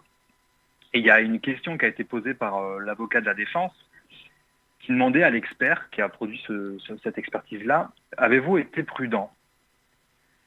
Et sa réponse, que je trouve en fait très grave, il a dit, j'aurais pu l'être plus. Oui. C'est-à-dire que il n'y a même pas, en fait, il dit j'aurais pu, il a employé le verbe pouvoir, quoi. Donc ça résulte d'un choix. Oui, c'est j'aurais dû l'être plus. Et là, quand même, c'est révélateur de la. Donc en fait, c'est un peu, ça donne l'impression qu'il se remet en question, mais finalement, en fait, il pose ça comme un choix. Donc en fait, on a le choix de l'être ou non, quoi. Non. C'est un peu léger. Dans une expertise, voilà, on doit être prudent. Point. C'est-à-dire que et la prudence, ça passe par justement la réfutabilité. Et il y a quelque chose auquel il faut que les experts qui se réclament de ce genre de pratique-là, parce qu'ils le font pas tous, bien évidemment. Hein, c'est je peux pas généraliser. Non, on n'est pas là pour dire que les experts sont nuls. Hein. Les experts ils sont nécessaires, les experts. On a besoin d'eux. Bien évidemment. Mais le problème, c'est qu'il faut qu'ils pensent aussi à se protéger. Parce que quand on laisse pas de marge d'erreur, donc on évoque quelque chose qui est forcément vrai, quand il y a une erreur, forcément, on leur tire à boulet rouge dessus, quoi. C'est-à-dire que c'est... Voilà. Si jamais on laisse une marge d'erreur, et que ça apparaît, et qu'on est capable de justifier que c'est quelque chose de réfutable, parce que c'est comme ça que la science fonctionne, ils seront derrière aussi plus tranquilles, quoi. C'est-à-dire qu'il ne faut pas poser ça comme... faut arrêter avec ce principe de moi je suis là pour donner quelque chose qui est vrai. Même s'ils ne sont pas dans cette démarche intellectuelle-là, c'est-à-dire qu'ils peuvent très bien penser, eux, qu'il y a une marge d'erreur. Le problème, c'est que dans leur analyse, il n'y en a pas. Oui, et il faut que ce soit lisible, qu'on comprenne dans quelle est la place du doute dans ce qu'il dit, et surtout éviter les formulations comme celles qu'on a entendues, où il y a même, dans la syntaxe et dans la sémantique même de la manière de dire, il n'y a pas la place pour que la personne soit innocente, quoi. Non, c'est ça. C'est-à-dire que ça a été vraiment fait dans l'optique dans laquelle il était coupable, quoi. Et là, ça pose problème aussi du parti pris. C'est-à-dire que quand il y a un expert qui reçoit quelqu'un qui... il y a beaucoup d'éléments. Par exemple, il va y avoir des preuves d'ADN, on a retrouvé peut-être ses empreintes, même si encore une fois on a dit que c'était si on a des biais, mais bon, voilà, ou qu'il a été filmé, par exemple. Que l'expert fasse son expertise dans le parti pris selon lequel cette personne a commis les faits, même si il y a la présomption d'innocence, tout ça, d'un point de vue déontologique, ça pose pas problème. Par contre, quand on a une personne qui nie que c'est du parole contre parole, qu'il n'y a aucune preuve matérielle, qu'il n'y a pas de preuve médico-légale, et qu'on part du principe que cette personne-là elle est coupable, comment on peut faire une bonne expertise derrière? Parce que quand même, il y a une notion d'objectivité, c'est quand même aussi une base. Parce que dans le cas que tu soulèves, lorsqu'il n'y a pas d'éléments matériels, l'expertise acquiert un poids dans la décision finale qui est conséquent. Du coup, la responsabilité est encore accrue pour l'expert. Évidemment. évidemment. Et surtout que après, on est au procès, il y a des jurés, si c'est les procès d'assises, c'est monsieur et madame tout le monde. Oui. Alors on dit que voilà, monsieur est expert, il est psychiatre, il est psychologue, ce qu'il va dire, si jamais les gens n'y connaissent pas grand-chose, comment on peut leur demander de pouvoir faire la part des choses et de faire à la place de l'expert, d'estimer à sa place une marge d'erreur. Ouais, c'est pas possible. C'est pas possible. On peut pas leur demander de faire le travail de quelqu'un d'autre, quoi. Donc c'est vraiment extrêmement compliqué et même j'irai plus loin, c'est-à-dire que même sans rentrer forcément dans l'utilisation de la psychanalyse, même dans les outils qui sont utilisés, je pense notamment à tout ce qui est test projectif, donc à savoir le Rorschach, le TAT, le test du bonhomme. Donc les tests projectifs, on se sert des réponses spontanées des individus à un certain stimulus, ça peut être une image, une phrase, etc., pour pouvoir évaluer sa personnalité. Mm-hmm. Le problème de ces outils, c'est qu'en fait, sur le papier, c'est pas inintéressant du tout, hein, même le Rorschach, pourquoi pas. Le problème, c'est que le Rorschach, ça a quand même une base psychanalytique assez forte, enfin les autres aussi d'ailleurs. C'est toujours cette question de l'inconscient qui se révélerait à la conscience. Difficilement réfutable aussi. Hein. Voilà. Mais bref, qui sur le papier sont assez intéressantes, mais qui en fait ne sont pas du tout validées scientifiquement, quoi. C'est-à-dire que le Rorschach, c'est les travaux de Scott Lilienfeld. Il a fait une méta-analyse qui est assez monstrueuse, c'est un truc de 40 pages, où il a vraiment mis en avant qu'il y avait pas de validité, donc là, il n'y a pas de cohérence entre ce que ça mesure vraiment et ce que ça cherche à mesurer, ce qui est quand même dommage. Les liens entre la théorie et ce qui est mesuré sont très très fragiles, donc c'est pas spécialement fondé sur des données issues de la science, du moins aujourd'hui.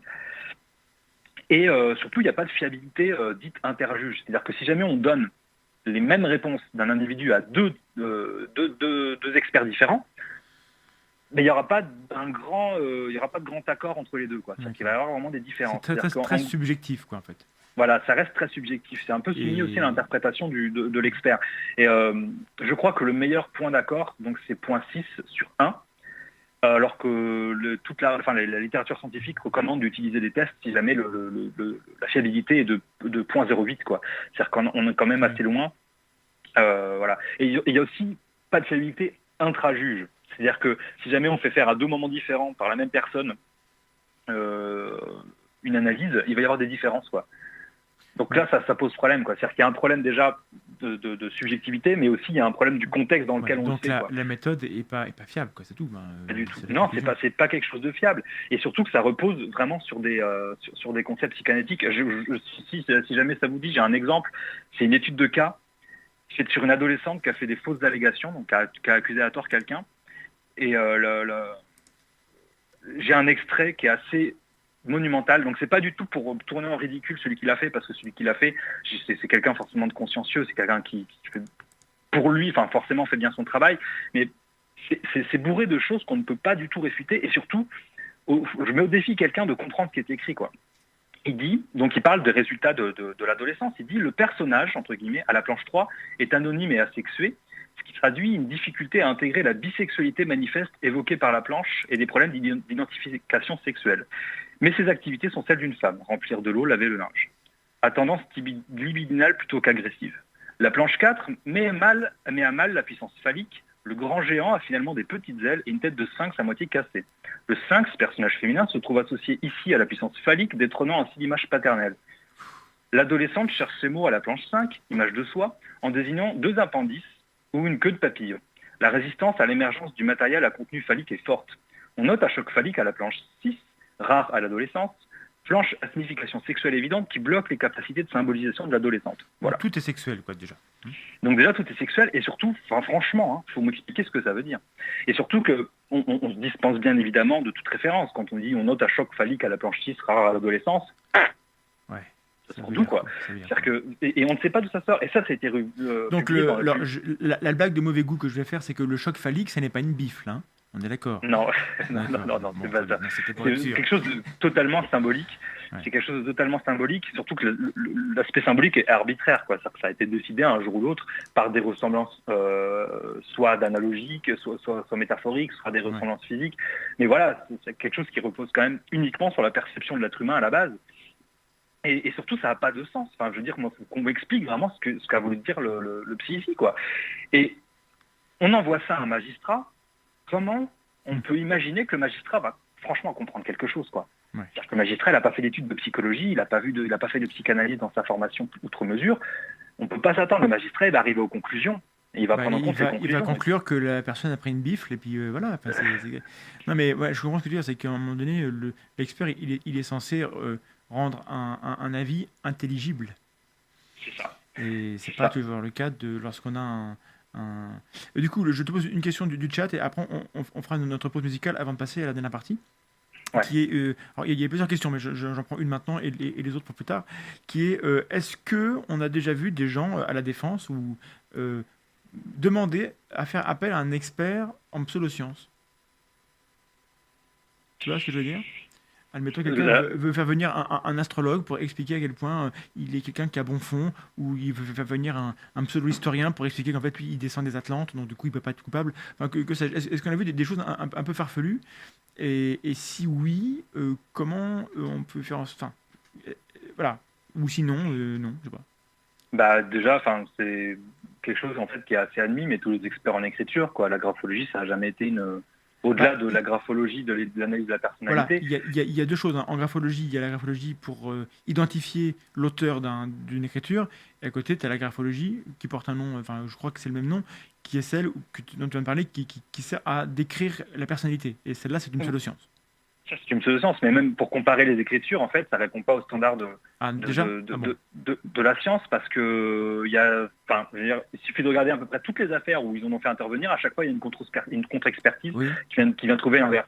C'est-à-dire qu'il n'y a pas du tout de fiabilité dans ces méthodes-là. C'est des méthodes qui ont été inventées par les graphologues, pour les graphologues. Ça n'a jamais spécialement fait l'objet d'un consensus scientifique particulier. Moi, j'imaginais que la graphologie, on va dire légale, enfin pour identifier, je pensais que celle-ci était plus scientifique. Apparemment, elle ne l'est pas. Bon, bah j'ai appris un truc. C'est encore pire que ce que je pensais. C'est fou.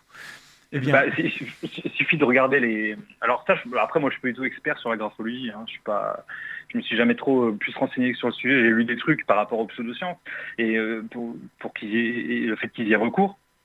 Mais c'est quelque chose qui ne fait pas l'objet d'une fiabilité et qui doit être encore moins bonne que la fiabilité qu'on obtient avec le Rorschach, quoi. Donc, oui, alors du coup, c'est quand même problématique là-dessus. Et après, à l'international, oui, il y a l'utilisation alors, je sais pas si je parle, enfin, si on veut pas, si c'est la pseudoscience dans le sens où ça s'en réclame mais que c'en est pas. Mais déjà, si on va aux États-Unis, il y en a quand même beaucoup, quoi. C'est-à-dire que c'est assez contradictoire. C'est-à-dire qu'il y a toutes les normes d'Aubert pour les experts, mais dans les pratiques, il y a le polygraphe. Il y a, j'avais un exemple en tête que je viens juste de. Il va y avoir aussi tous les trucs d'analyse vocale, enfin toutes ces choses-là, quoi. C'est des choses qui font l'objet justement de non-recommandations par la littérature scientifique, qui sont pourtant utilisées. Oui. Donc c'est vraiment où il y en a après des exemples. Moi, j'ai pas en tête d'erreurs judiciaires non plus en France, hein, basées là-dessus. Non mais sans forcément qu'il y ait d'erreurs judiciaires, en tout cas on peut se demander quelle est la barrière qui est mise. Bah, tu dis que voilà, il y a les critères d'Aubert, mais si les critères d'Aubert ne sont pas appliqués, du coup, comment on peut empêcher un astrologue ou un médium de venir témoigner en tant qu'expert? Il y a certainement une question de crédibilité en fait. Ouais, d'accord, mais du coup c'est très subjectif encore une fois. Ouais, c'est très subjectif. Après, au niveau de l'opinion publique, l'astrologie, on sait que c'est le truc que tout le monde lit un peu, mais là, c'est pas quelque chose de crédible. Et ça, tout le monde s'accorde à le dire, en fait. Oui, mais si on veut des critères objectifs, c'est précisément pour ne pas s'en remettre à la célébrité ou à la famosité, le mot en français m'échappe, enfin à l'aura que ça a dans le public. Mais après, c'est une question historique aussi. Si jamais la psychanalyse est utilisée aujourd'hui couramment dans les pratiques au tribunal ou à l'hôpital, etc., oui, c'est culturel. C'est parce que c'est culturel aussi. C'est-à-dire que la psychanalyse a une forte histoire en France. C'est-à-dire que elle est là depuis tellement longtemps et c'est quelque chose de très savant. Alors je sais qu'il y a quelqu'un qui m'écoute sûrement en ce moment, que je salue au passage, Jean-Charles Marchand, qui va pas d'accord avec moi, mais Lacan a tellement complexifié le langage que c'est devenu quelque chose de très très très savant. Je dirais que c'est plus abscon que savant personnellement, mais soit. Oui, enfin c'est perçu comme. Oui.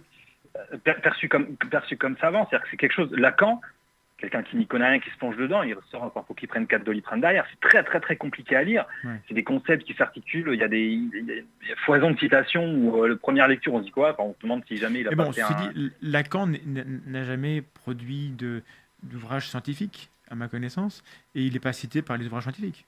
Non, mais la philosophie ne se réclame pas de la méthode Non, scientifique, et les philosophes sont c'est des vrai. gens qui sont considérés comme des savants. Moi, la psychanalyse en tant que philosophie, ça me gêne pas. Hein. Non, mais Mais bien vraiment sûr, pas. bien sûr. Voilà. Donc à partir du moment, mais le problème, c'est qu'ils offrent leur sujet d'étude et la compréhension de l'esprit humain, qui est quand même quelque chose qui fascine facilement et qui permet en plus d'apporter des réponses, sans se poser la question de leur fiabilité, hein, mais qui permet d'apporter des réponses.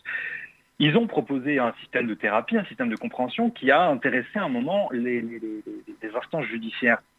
À l'époque, pourquoi pas? Mais le problème, c'est que aujourd'hui, on a des méthodes qui sont fiables, qui sont valides, qui sont scientifiques, qui sont mises à jour, qui sont utilisées bien évidemment par des experts. Mais elles sont utilisées, mais on retrouve assez facilement des concepts psychanalytiques. Dès qu'on parle de refoulement, dès qu'on parle de l'inconscient, etc., bah, on fait appel à ces notions-là, quoi. Ouais. Et c'est en plus des termes qui sont, si on prend tous les termes de psychanalyse, le moi, le ça, le surmoi, le refoulement, l'inconscient, Tout le monde en parle maintenant, ouais. le Oedipe, tout le monde en parle, tout le monde sait ce que c'est. Mais pourtant, il n'y a pas beaucoup de monde qui serait capable d'expliquer justement ce que c'est. Donc, Et le fait est que c'est des concepts qui ne sont pas forcément le reflet du réel. C'est juste une grille de lecture qui peut être séduisante, mais bon, après, on ne va pas faire un sujet sur la psychanalyse, mais le fait est que, voilà, selon l'état de l'art, ce n'est pas la méthode qu'il faut privilégier lorsqu'on est né dans un contexte où il y a la vie de quelqu'un qui est en jeu, quoi. Ah non, ça c'est ça. Voilà, Enfin, ça, c'est le truc, je sûr. pense, on peut être d'accord là-dessus. Et même ceux qui aiment la psychanalyse, on peut au moins se mettre d'accord sur le fait que si on n'a pas une méthode pour assurer une reproductibilité intra-juge et inter-juge, ça montre bien qu'il y a un problème et que c'est pas une méthode qu'il faut utiliser. Ça montre qu'il y a un problème. Et surtout que, en plus, c'est pas une discussion qui est que théorique et que épistémologique ici. C'est-à-dire qu'on a des exemples. Si jamais on prend juste, j'y reviens, mais on peut aussi parler de l'affaire Doutreau parce que c'est ce qui s'est passé. Ouais, aussi, mais hein. d'abord, on fera la pause musicale très vite. Donc je te laisse finir ton idée, mais ne développe pas une autre idée. On va revenir. Je vais pas développer. Juste qu'en plus d'avoir un argumentaire qui est théorique et qui est épistémologique, on a un argumentaire qui est pratique dans le sens où justement, l'utilisation de ces concepts a été impliquée dans des affaires d'erreurs judiciaires où l'irréfutabilité était pourtant en fait, n'était toujours pas réfutable, mais où en fait on s'est montré qu'il y a eu une erreur en fait qui a été faite, alors que ça laissait pas la place à l'erreur. Oui. Donc c'est vraiment une discussion qui est vraiment sur le plan philosophique et sur le plan scientifique et qui est sur le plan pratique en fait, quoi. Oui. Donc voilà, on va revenir pour la troisième partie où on parlera un peu de la méconnaissance généralisée des concepts psychologiques. On parlera un peu de l'entretien cognitif, qu'est-ce que c'est, et on parlera un peu aussi de la culture populaire. Parce qu'il y a plein d'idées qui sont véhiculées dans la culture populaire qui ne facilitent pas forcément la compréhension de ce que c'est qu'une expertise dans ce domaine-là. Donc on vous abandonne pendant quelques minutes avec les Speakeasy 3, avec une chanson qui s'appelle, je ne la connais pas, When I Get Low, I Get High. Je ne sais pas ce que c'est. Merci Bled. Et la chanson ne marche pas. Voilà, alors c'était bien. En fait, c'était un piège. Yo. De quoi ? Nous sommes de retour après cette pause musicale et ce petit quick à la fin qui était fort bien. Donc, troisième partie de notre émission sur les sciences cognitives et le monde judiciaire. On va donc cette troisième partie un peu plus avec plein de choses dedans. On va parler de la méconnaissance généralisée des concepts et j'aimerais juste commencer avec une petite anecdote que m'a rappelé Elena dans le chat, qui est que parmi tous les effets et les biais qu'on peut avoir qui ont un impact sur le jugement, on sait par exemple, il y a une étude, alors, au moins une étude qui a montré que le juge, lorsqu'il vient de déjeuner, il est plus sympa, il est plus indulgent avec les prévenus que lorsqu'il a déjeuné depuis 3 heures. Donc il y a un effet croissant, un effet déjeuner. Et donc c'est transparent, on pourrait dire que c'est trivial, et c'est une cause minuscule, mais in fine, si on n'y prend pas garde, voilà, on peut avoir des condamnations plus sévères ou moins sévères en fonction de l'heure à laquelle le juge aura mangé dans la journée.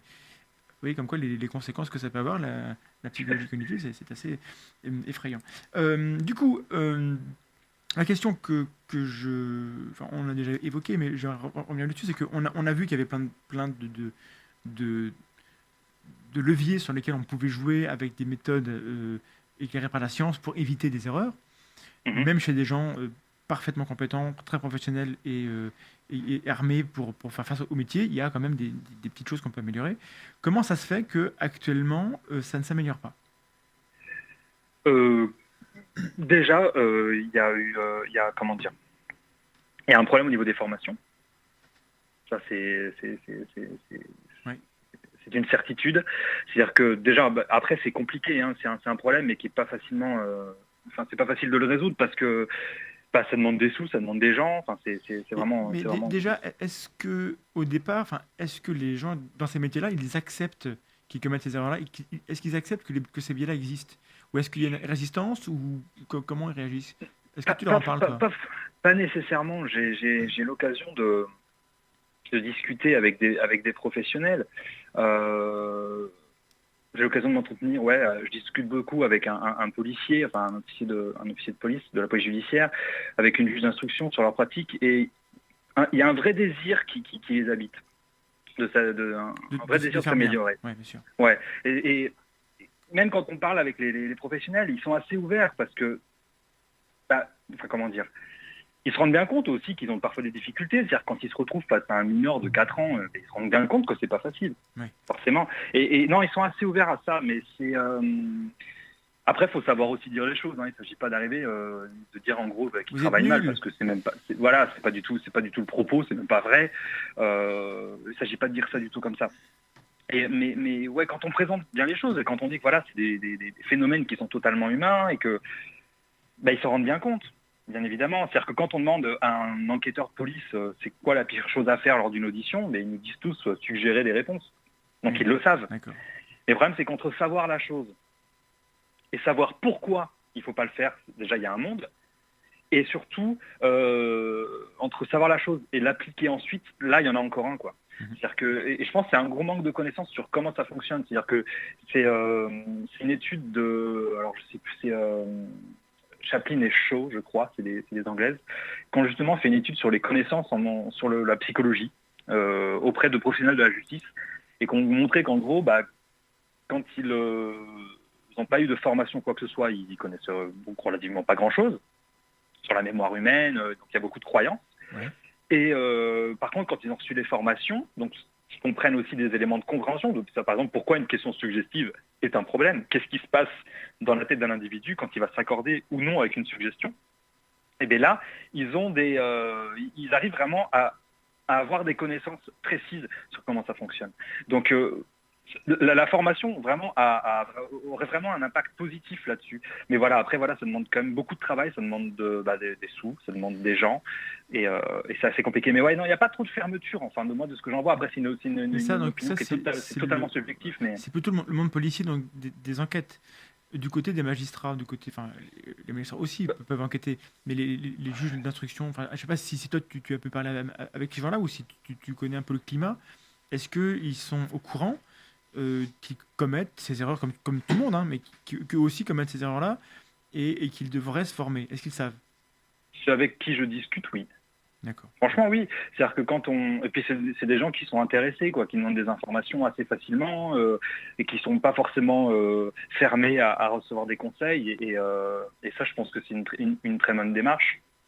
Mais non, oui. Après, il faut voir aussi dans quelles circonstances on leur dispense la formation. Après aussi, il y a aussi la chose compliquée, c'est qu'ils ont une formation initiale qui ne peut pas être une formation de psychologie, bien évidemment, ce qui fait que forcément, quand on leur présente les trucs, c'est souvent réduit.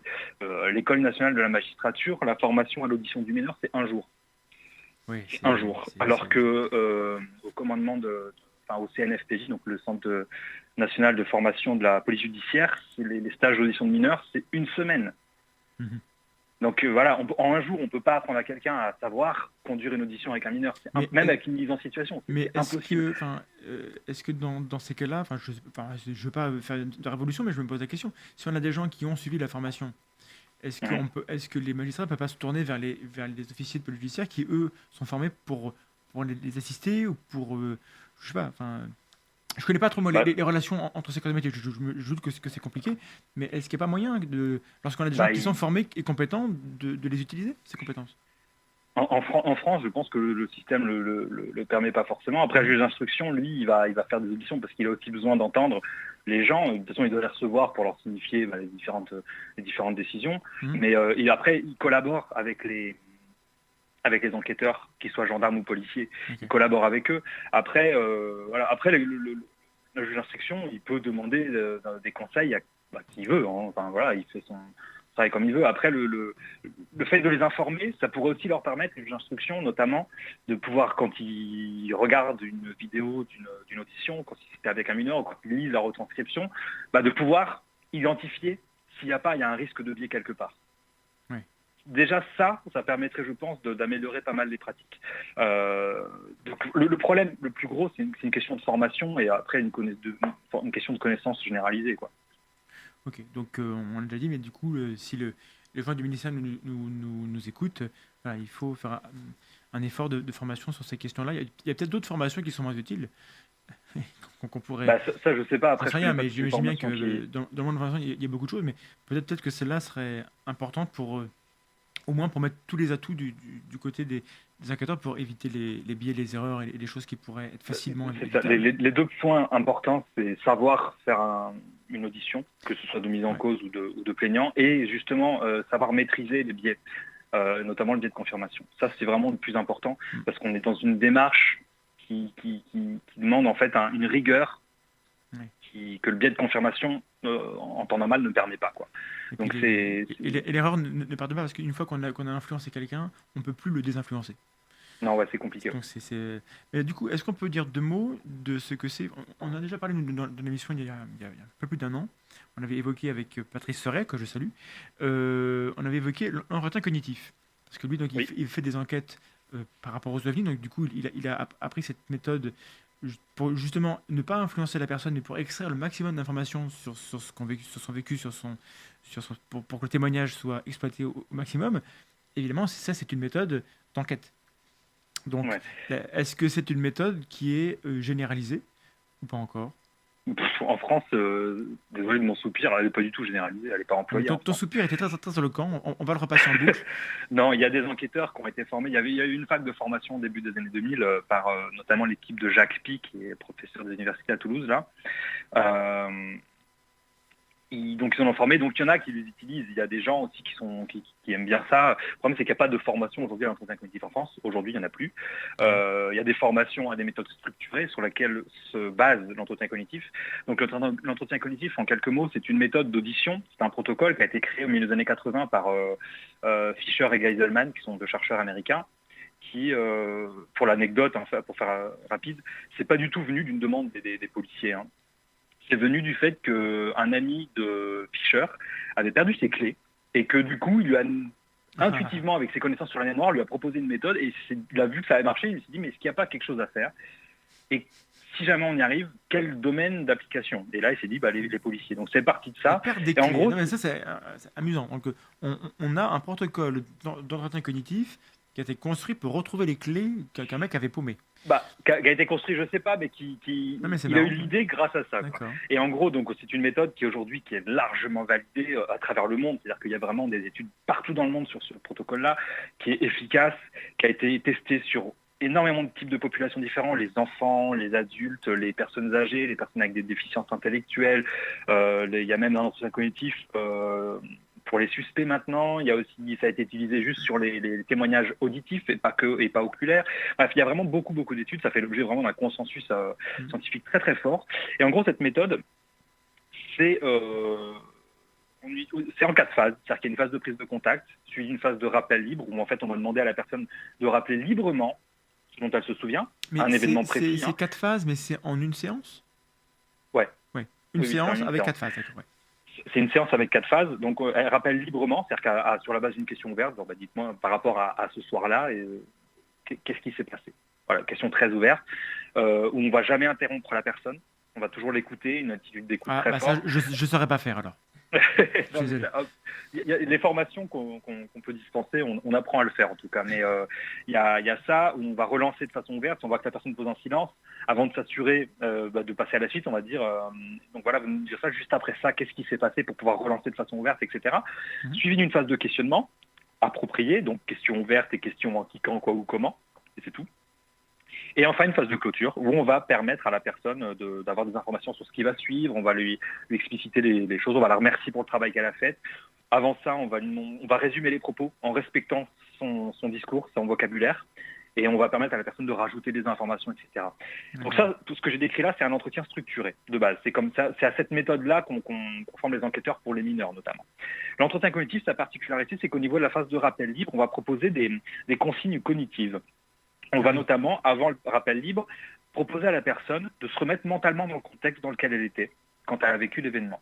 Donc un contexte, on va partir du contexte environnemental, ce qu'il y avait autour, les personnes, les descriptions des lieux, etc., jusqu'à l'état le plus interne, à savoir ses émotions, ses ressentis physiques au moment des faits.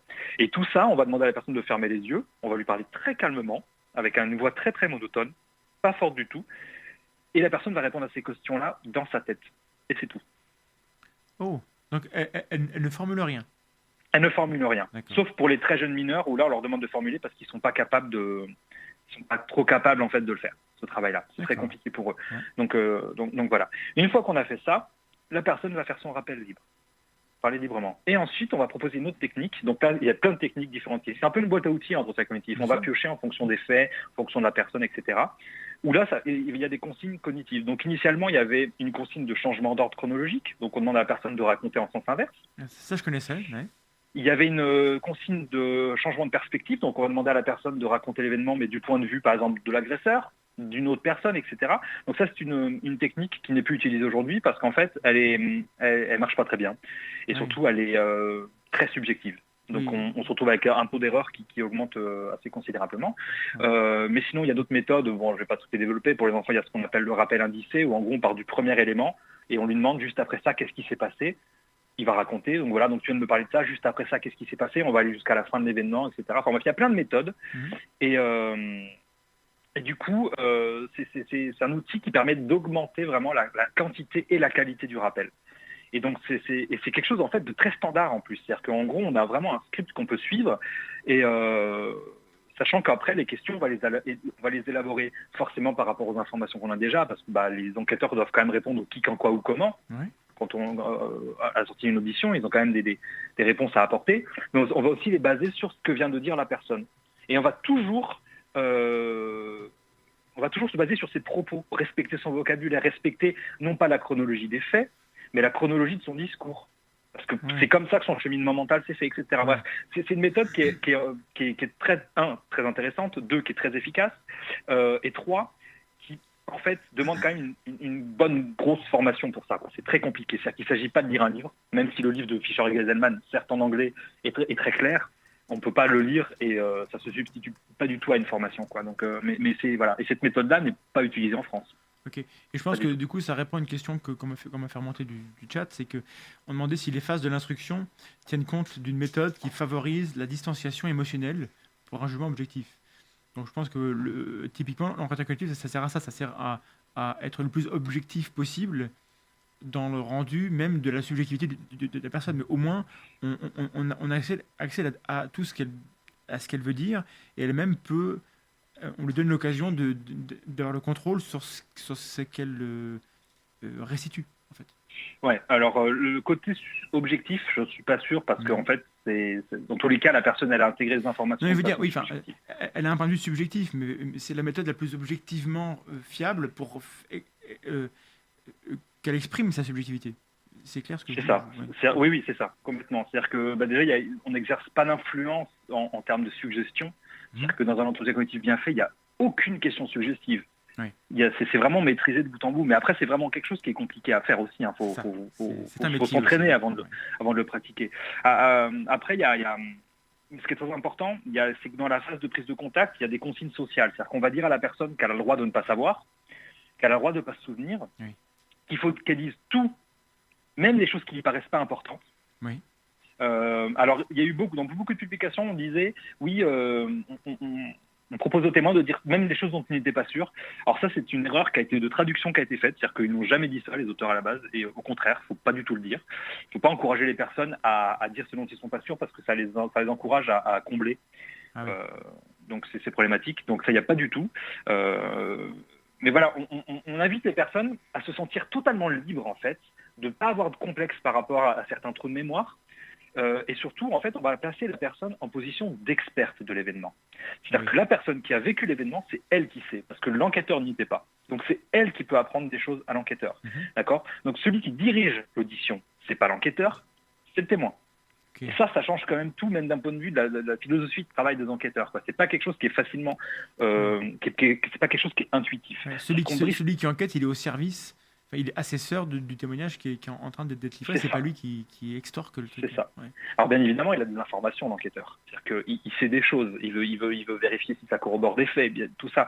Il a des éléments. Il peut d'une manière non suggestive pouvoir les aborder à un moment ou l'autre. Mais il doit vraiment faire un transfert du contrôle au témoin. Et c'est le témoin qui contrôle l'audition. Intéressant, d'accord.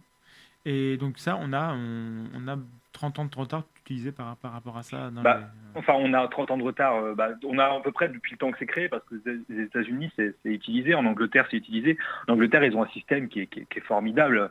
C'est-à-dire qu'il faut... en Angleterre, ils ont un système de paliers qui sont à franchir dans la carrière. Et si jamais on est au palier 3, on ne peut pas faire telle tâche, par exemple. On n'a pas les autorisations. Et si on les fait, c'est une erreur de procédure. Ah, ok. Donc ça peut être très problématique. Pour les auditions de mineurs, je ne sais plus quel palier c'est, le palier 3 je crois, et ils atteignent ce palier que s'ils ont fait les formations nécessaires, etc. Donc en fait, en plus il y a un côté de motivation, si on veut progresser dans la carrière, on est obligé de faire ces formations-là. Okay. Donc c'est assez intéressant. Donc du coup c'est un protocole qui est proposé aux enquêteurs, ils sont formés à ça, ils l'utilisent en France, on ne l'utilise pas du tout. Okay. Et ouais, il y a un vrai retard par rapport à ça au niveau des techniques d'audition. Mais du coup, j'aimerais qu'on dise un mot de la culture populaire, peut-être pour finir un peu, parce que donc évidemment, nous, les gens qui ne connaissons pas l'univers judiciaire de l'enquête de l'intérieur, nous, on a accès à ça à travers les séries télé, à travers les films. Oui. Et donc, on voit comment les gens enquêtent, on voit comment les témoins sont traités. On n'a aucune idée de est-ce que ça correspond à la réalité ou pas du tout. Et le fait est que les séries américaines, elles reflètent peut-être ce qui est vrai, mais chez eux. Et pas chez nous, notamment, on a les experts et compagnie. Est-ce que, selon toi, ça apporte des choses ça peut nous détromper par rapport à des idées qu'on aurait, ou est-ce qu'au contraire, ça nous plombe en nous mettant en tête des idées qui sont totalement fausses sur la manière dont on procède et dont il faut procéder? Majoritairement, c'est plutôt le deuxième cas de figure. Ah, alors, vraiment, on est vraiment négatif ce soir, c'est terrible. Hein. Non, mais après ça fait écho à une dimension qui est aussi profondément humaine. C'est-à-dire que on a dans la culture populaire, dans les séries télé, dans les films, etc. Tout ce qui a trait à la psychologie est très stéréotypé.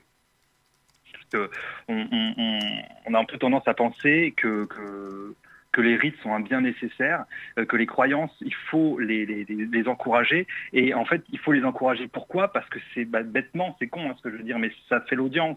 C'est-à-dire quand on nous fait une série télé sur des avocats, par exemple, on ne va pas mettre en situation la réalité du métier de l'avocat. Parce que j'imagine qu'il y a des moments où il est seul dans son bureau à bosser. Enfin, c'est pas forcément des choses totalement passionnantes. C'est pas super sexy tout H24. Non, bien évidemment. C'est pas du tout sexy H24. Donc, on va proposer plutôt le stéréotype de l'avocat. Parce que là, on est sûr que les gens qui auront ces croyances-là, ça va faire écho. Donc, ça va leur plaire parce que ça va confirmer leurs croyances quelque part aussi. Même si les gens peuvent savoir que c'est de la fiction. D'un point de vue d'écriture, c'est plus simple. Les gens se racontent eux-mêmes l'histoire puisqu'on utilise un stéréotype où les gens savent déjà. Du coup, on n'a pas à leur expliquer des choses. Donc, en fait, c'est plus simple. Pour un auteur flemmard, c'est bien. C'est ça. C'est ça. Mais enfin, c'est pas forcément de la flemmardise parce que c'est une stratégie d'écriture. Bien sûr, parce que c'est un outil. Si jamais tu prends Star Wars, c'est bourré de stéréotypes, c'est bourré de schémas narratifs. Le Luke Skywalker, c'est le héros avec ce qui se passe tout le temps pour le héros, etc. Oui. Donc c'est aussi des techniques d'écriture. Oui, ça marche et c'est efficace, mais ça reste une manière de réduire la complexité des choses et de faire en sorte que c'est le spectateur qui va écrire l'histoire par rapport à ce que lui a intégré des schémas qu'on utilise. Ouais. Donc voilà, donc mais sauf que pour moi, du coup, quand on veut décrire un événement vrai, comme une série qui parle des avocats, c'est dommage. Tu vois, faut dire, c'est que de pas passer à l'étape où on décrit ce qui se passe. Peut-être après, dommage. Ça dépend de la finalité. Hein. C'est dommage, mais le changement ne passera pas par justement les médias. Parce que les médias, eux, se servent de la croyance. À la base, c'est pas forcément eux qui sont là pour la produire, la croyance.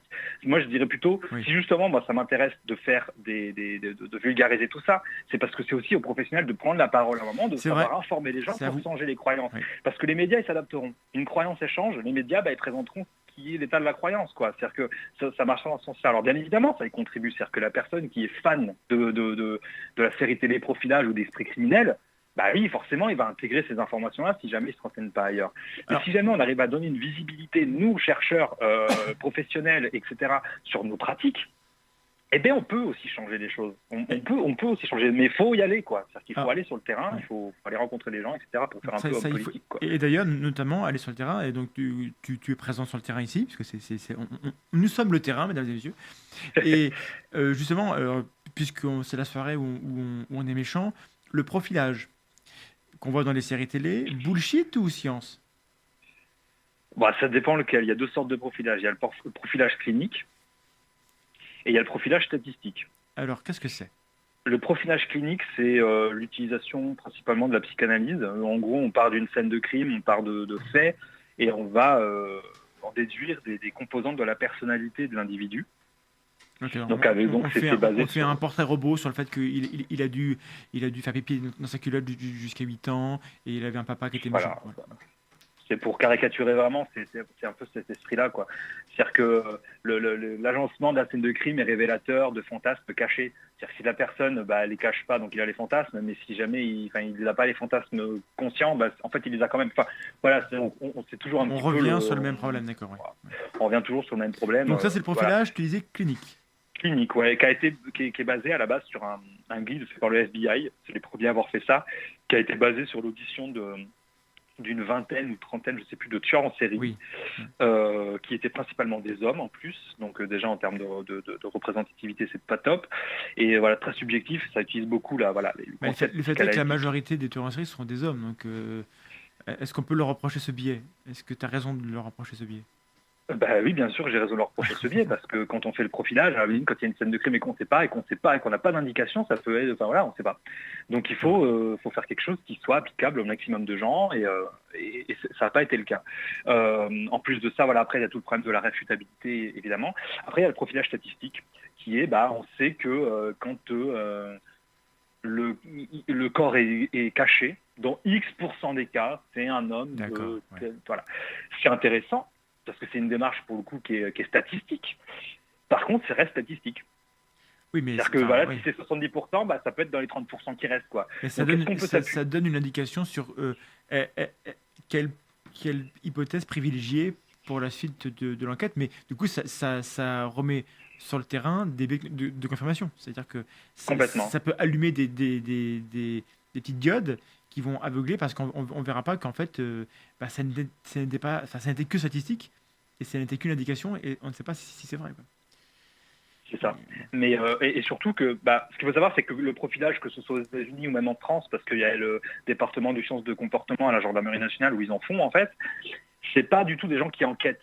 C'est-à-dire qu'eux, ils font une analyse de la scène de crime ou de ce qu'on leur présente, et ils fournissent ça aux enquêteurs. Et les enquêteurs, après, utilisent ça. C'est encore moins comme dans, justement, Esprit criminel, où les mecs font toute l'enquête, où à la fois, les gars, c'est des génies de la psychologie, c'est des mecs qui sont super musclés, qui arrivent à défoncer à coups de poing n'importe qui font du Krav Maga et compagnie. Ah bah c'est le fantasme. C'est- C'est ça. Voilà, ça c'est les fantasmes. Mais en même temps, il y en a besoin pour une fiction, il faut que ce soit rythmé, il ne faut pas qu'on mette trop de personnages. Donc il y a ça. Mais le problème, c'est que ça, dans la culture populaire, il y a vraiment une image erronée justement de ce que c'est la psychologie. Quand je parlais au tout début des méconnaissances sur la mémoire et qu'en fait c'est 3 phases et que la mémoire en fait elle commence à partir du moment où on voit les choses, on voit jamais cette explication-là Oui. dans quel.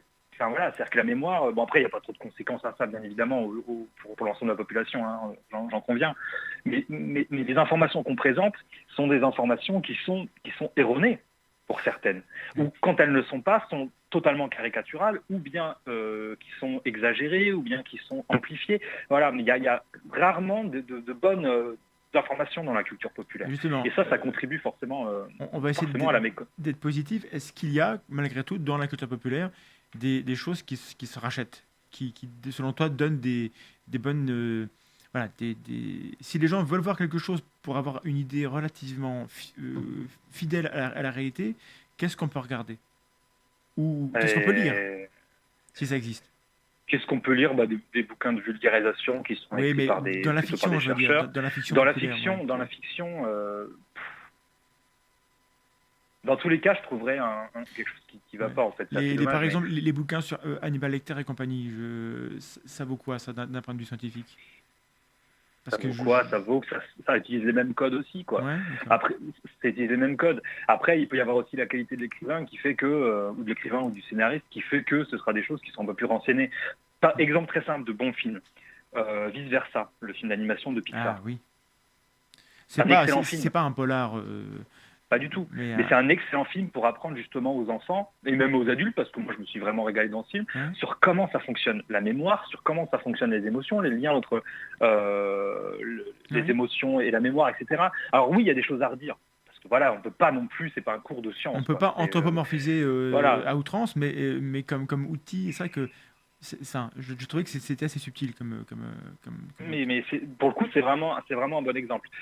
Après, il y a, bon, ça paraît, ça trouve à redire, mais parce que si on prend la série Lie to Me, sur ça se base sur les travaux de Paul Ekman, qui sont des travaux tout à fait sérieux, scientifiques. Après, la façon dont c'était été, les mecs, ils voient un hochement d'épaule, mensonge, quoi. Alors ça, c'est complètement Bon, je pipeau. vous renvoie vers l'émission qu'on a fait avec Xavier Ristas sur le non-verbal, où Oui, on voilà. a tapé sur cette... Mais en vrai, c'est pareil. Le problème, c'est que la malédiction qu'on a, c'est que quand on est expert dans un domaine, ou qu'on est pro dans un domaine, dès qu'il y a une série télé, un film ou quoi que ce soit, une fiction qui prend pour cadre le monde dans lequel on est pro, forcément, on verra tous les défauts. Et bien évidemment. Donc, après, on peut pas demander à des gens qui écrivent de la fiction de faire du vrai, parce que c'est pas leur métier. Donc, mais c'est intéressant de savoir si on peut se fier ou s'il faut vraiment se défier systématiquement de la fiction. Voilà. C'est ça. Mais après, c'est se battre contre ça en termes de râler. C'est-à-dire que ça, on le voit, dès qu'il y a une série médicale, on va sur Twitter, Facebook, on va tous les médecins qui râlent, une série sur les avocats, il y a tous les avocats qui râlent, une série sur les psychologues, il y a tous les psychologues qui râlent. Râler, en fait, ça sert à rien, parce que ça fait appel à des croyances populaires, et du coup, ça va nous entraîner juste à s'énerver tout seul. Donc, vaut mieux plutôt agir sur le terrain, justement, et essayer de changer un peu les croyances. Mais tu sais que râler, tu vas savoir que quand on se tape l'orteil contre un coin de porte, on balance tous des bordées de jurons interminables, et ça soulage. On a montré que des gens à qui on donnait un objet brûlant à tenir le plus longtemps possible, ceux qu'on autorisait à dire des jurons, ils tenaient plus longtemps, donc ils sentaient moins la douleur. C'était juste pour dire une petite blagounette, pour dire que râler, ça peut soulager, mais c'est vrai qu'en termes c'est pas très productif de changement, et si on veut que les gens connaissent mieux notre métier, il faut faire comme ce que tu fais ce soir, c'est venir, et puis voilà... expliquer pourquoi les idées reçues sont fausses. Voilà, il faut expliquer pourquoi, et c'est en changeant les croyances qu'après, justement, la culture populaire va s'adapter tout simplement. Quoi. C'est-à-dire que c'est un phénomène qui est qui s'est toujours passé comme ça. Les stéréotypes évoluent, c'est-à-dire que toutes les catégories de personnes ont des stéréotypes, sont l'objet d'un stéréotype. Le stéréotype du musicien au Moyen-Âge, je pense que c'est pas le même que le musicien aujourd'hui, quoi. Donc, parce que la société aussi évolue, les connaissances évoluent. Mais après, il faut rester optimiste aussi, hein. C'est-à-dire que tant qu'il y aura des gens qui iront justement sur le terrain pour parler de ce qu'ils font, on pourra rester optimiste, quoi. C'est quand on Après, on a besoin de la fiction aussi, quoi. Hein. Oui, on n'est C'est pas en bien train, aussi bien de... sûr, nous on critique parce que c'est un peu notre métier de critiquer tout de manière constructive, j'espère. Mais évidemment que la fiction a son rôle à part. Mais là, on se pose la question de savoir est-ce que les gens peuvent avoir accès à des informations qui sont valides par rapport à la réalité. Et visiblement, bah, la réponse c'est, mesdames et messieurs, lisez la vulgarisation. Voilà. Intéressez-vous au sujet. Alors, est-ce que tu as un ou deux ouvrages à nous suggérer? On essaiera de penser à le mettre dans la description. Alors, il y a l'ouvrage de Jean-Léon Beaubois et Robert Vincent Joule, qui est Petit traité de manipulation à l'égard des honnêtes gens, Ah, je connais le titre, ouais, j'ai pas encore lu ça. qui est un excellent bouquin de psychologie sociale sur la façon dont, en fait, on peut très facilement manipuler les gens. D'accord. Mais c'est pas du tout un guide pour le faire. Hein. J'allais le dire, mesdames et messieurs, empressez-vous de l'acheter pour manipuler votre belle-mère. Ok. Non, ça marche pas du tout comme ça. Ils expliquent comment ça se passe et c'est vraiment un bouquin de vulgarisation qui est vraiment génial. Hein. D'accord. Et puis ça se lit très très très bien. Bon. Après, sur la psychologie du témoignage, il y a un bouquin qui s'appelle Témoins sous influence, qui est de Alain Berton, Marc Mélan, Jacques Pie et Alain Soma, Ok. qui explique justement la psychologie du témoignage oculaire, avec tout un état de l'art de la psychologie sociale et cognitive. Donc il date un peu, hein, je crois qu'il date de 98, me semble-t-il. Il y a quand même pas mal de choses qui sont encore valides, bien évidemment. Même la grande majorité des choses qui sont encore totalement valides. Okay. Il y a surtout des connaissances en plus aujourd'hui. Il n'y a pas grand-chose qui a été réfuté. Et en fait, c'est construit sur une vraie... Enfin, c'est pas sur une vraie, ils ont écrit une sorte de polar, Ah oui. où en fait, les enquêteurs se retrouvent confrontés à plein de problématiques et qui sont en parallèle expliquées d'un point de vue scientifique, mais avec un langage très vulgarisé. D'accord. Donc Et, témoin sous influence. Témoin sous influence, ouais. C'est vraiment un bouquin qui est excellent. D'accord. Est-ce que tu veux revenir sur une idée importante qui te semblerait être, s'il y avait une idée que les gens devaient emporter avec eux ce soir, parce que donc là c'est l'heure, le chat est fermé, je pense, et donc on va conclure. Est-ce que voilà, quelle est l'idée importante par rapport au thème de ce soir sur lequel tu voudrais revenir, ou un truc qu'on n'a pas vraiment abordé de front que tu voudrais qu'on n'a pas abordé de front, pas trop, je pense qu'on a fait le tour. Enfin, on n'a pas spécialement... Enfin, il y a des trucs qu'on n'a pas forcément parlé, Oui. mais ça a déjà été mis sur le tapis à plusieurs reprises dans d'autres médias. Non, vraiment, c'est... Mon propos, c'est au niveau de la responsabilité, entre guillemets, des enquêteurs, des magistrats dans les erreurs qu'il peut y avoir... Et la remise en cause par les médias, je ne parle pas du métier de l'avocat de la défense, parce que c'est leur boulot en l'occurrence, mais par les médias, il faut vraiment se rendre compte des conditions dans lesquelles parfois ils peuvent travailler. C'est-à-dire que quand on ne donne pas les outils pour construire quelque chose, on ne peut pas s'attendre à ce qu'ils l'inventent de façon appropriée. Parce que ce sera forcément biaisé, parce qu'ils feront appel à leur expérience, à leur intuition, qui ne sont pas du tout les meilleurs alliés de la performance. Attention à l'intuition. Voilà, faut vraiment leur fournir des outils qui sont fiables. Ça passe par la formation, ça passe par l'information aussi, c'est-à-dire qu'il faut vulgariser au maximum les choses. Et à partir du moment où justement on aura réglé ces problèmes-là, on verra apparaître des conduites qui seront plus appropriées, tout simplement. Et ça les protégera aussi, parce que les pauvres, quand on parle avec eux, on se rend compte qu'ils ne bossent vraiment pas dans des conditions qui sont idéales, avec des contraintes de temps, des pressions de temps, puis des pressions de l'enjeu, parce qu'il y a des vies en jeu. Enfin, c'est vraiment... Et puis en cas d'erreur, j'imagine qu'ils en ont gros sur la patate Et ils en ont gros sur la patate. Ils en ont gros. On en a gros, voilà. quoi. C'est ça. Donc, faut vraiment leur fournir les outils et c'est de ce côté-là qu'il faut agir et pas taper sur. Okay. Donc, sur les enquêteurs. Le propos de ce soir, c'est bien de dire que lorsqu'il y a des erreurs, nous, on n'est pas là pour cracher sur qui que ce soit, mais que voilà, c'est maintenant qu'il faut agir pour aider ceux qui, demain, risquent de commettre des erreurs malgré eux, quoi. Voilà, c'est ça. C'est-à-dire que. On est tous sensibles à des biais, donc il faut apprendre à les gérer. Et il y a des métiers où c'est peut-être plus nécessaire que d'autres. D'accord, je te remercie beaucoup. Donc on va s'arrêter là pour ce soir. Dans 15 jours, nous recevons Le Pharmacien, qui est un blogueur relativement connu maintenant, qui est donc au Québec. On parlera donc de pseudomédecine et peut-être du scepticisme tel qu'il se pratique au Québec. On parlera aussi un peu, il a sorti un bouquin de qu'est-ce que ça fait lorsqu'on est un sceptique qui devient une star. On verra ça avec lui. J'ai pas encore le programme précis de l'émission. Et voilà. Et puis 15 jours après, on devrait certainement vous reparler à nouveau de pyramides et d'attente et compagnie, d'un point de vue beaucoup plus rigoureux, avec des invités triés sur le volet. On prépare une émission super intéressante le 19 avril. Voilà, donc on vous fait le rendez-vous dans 15 jours. D'ici là, portez-vous bien sur Radio Campus Lorraine et sur les réseaux et partout. Restez sceptiques. Merci bien, bonne nuit.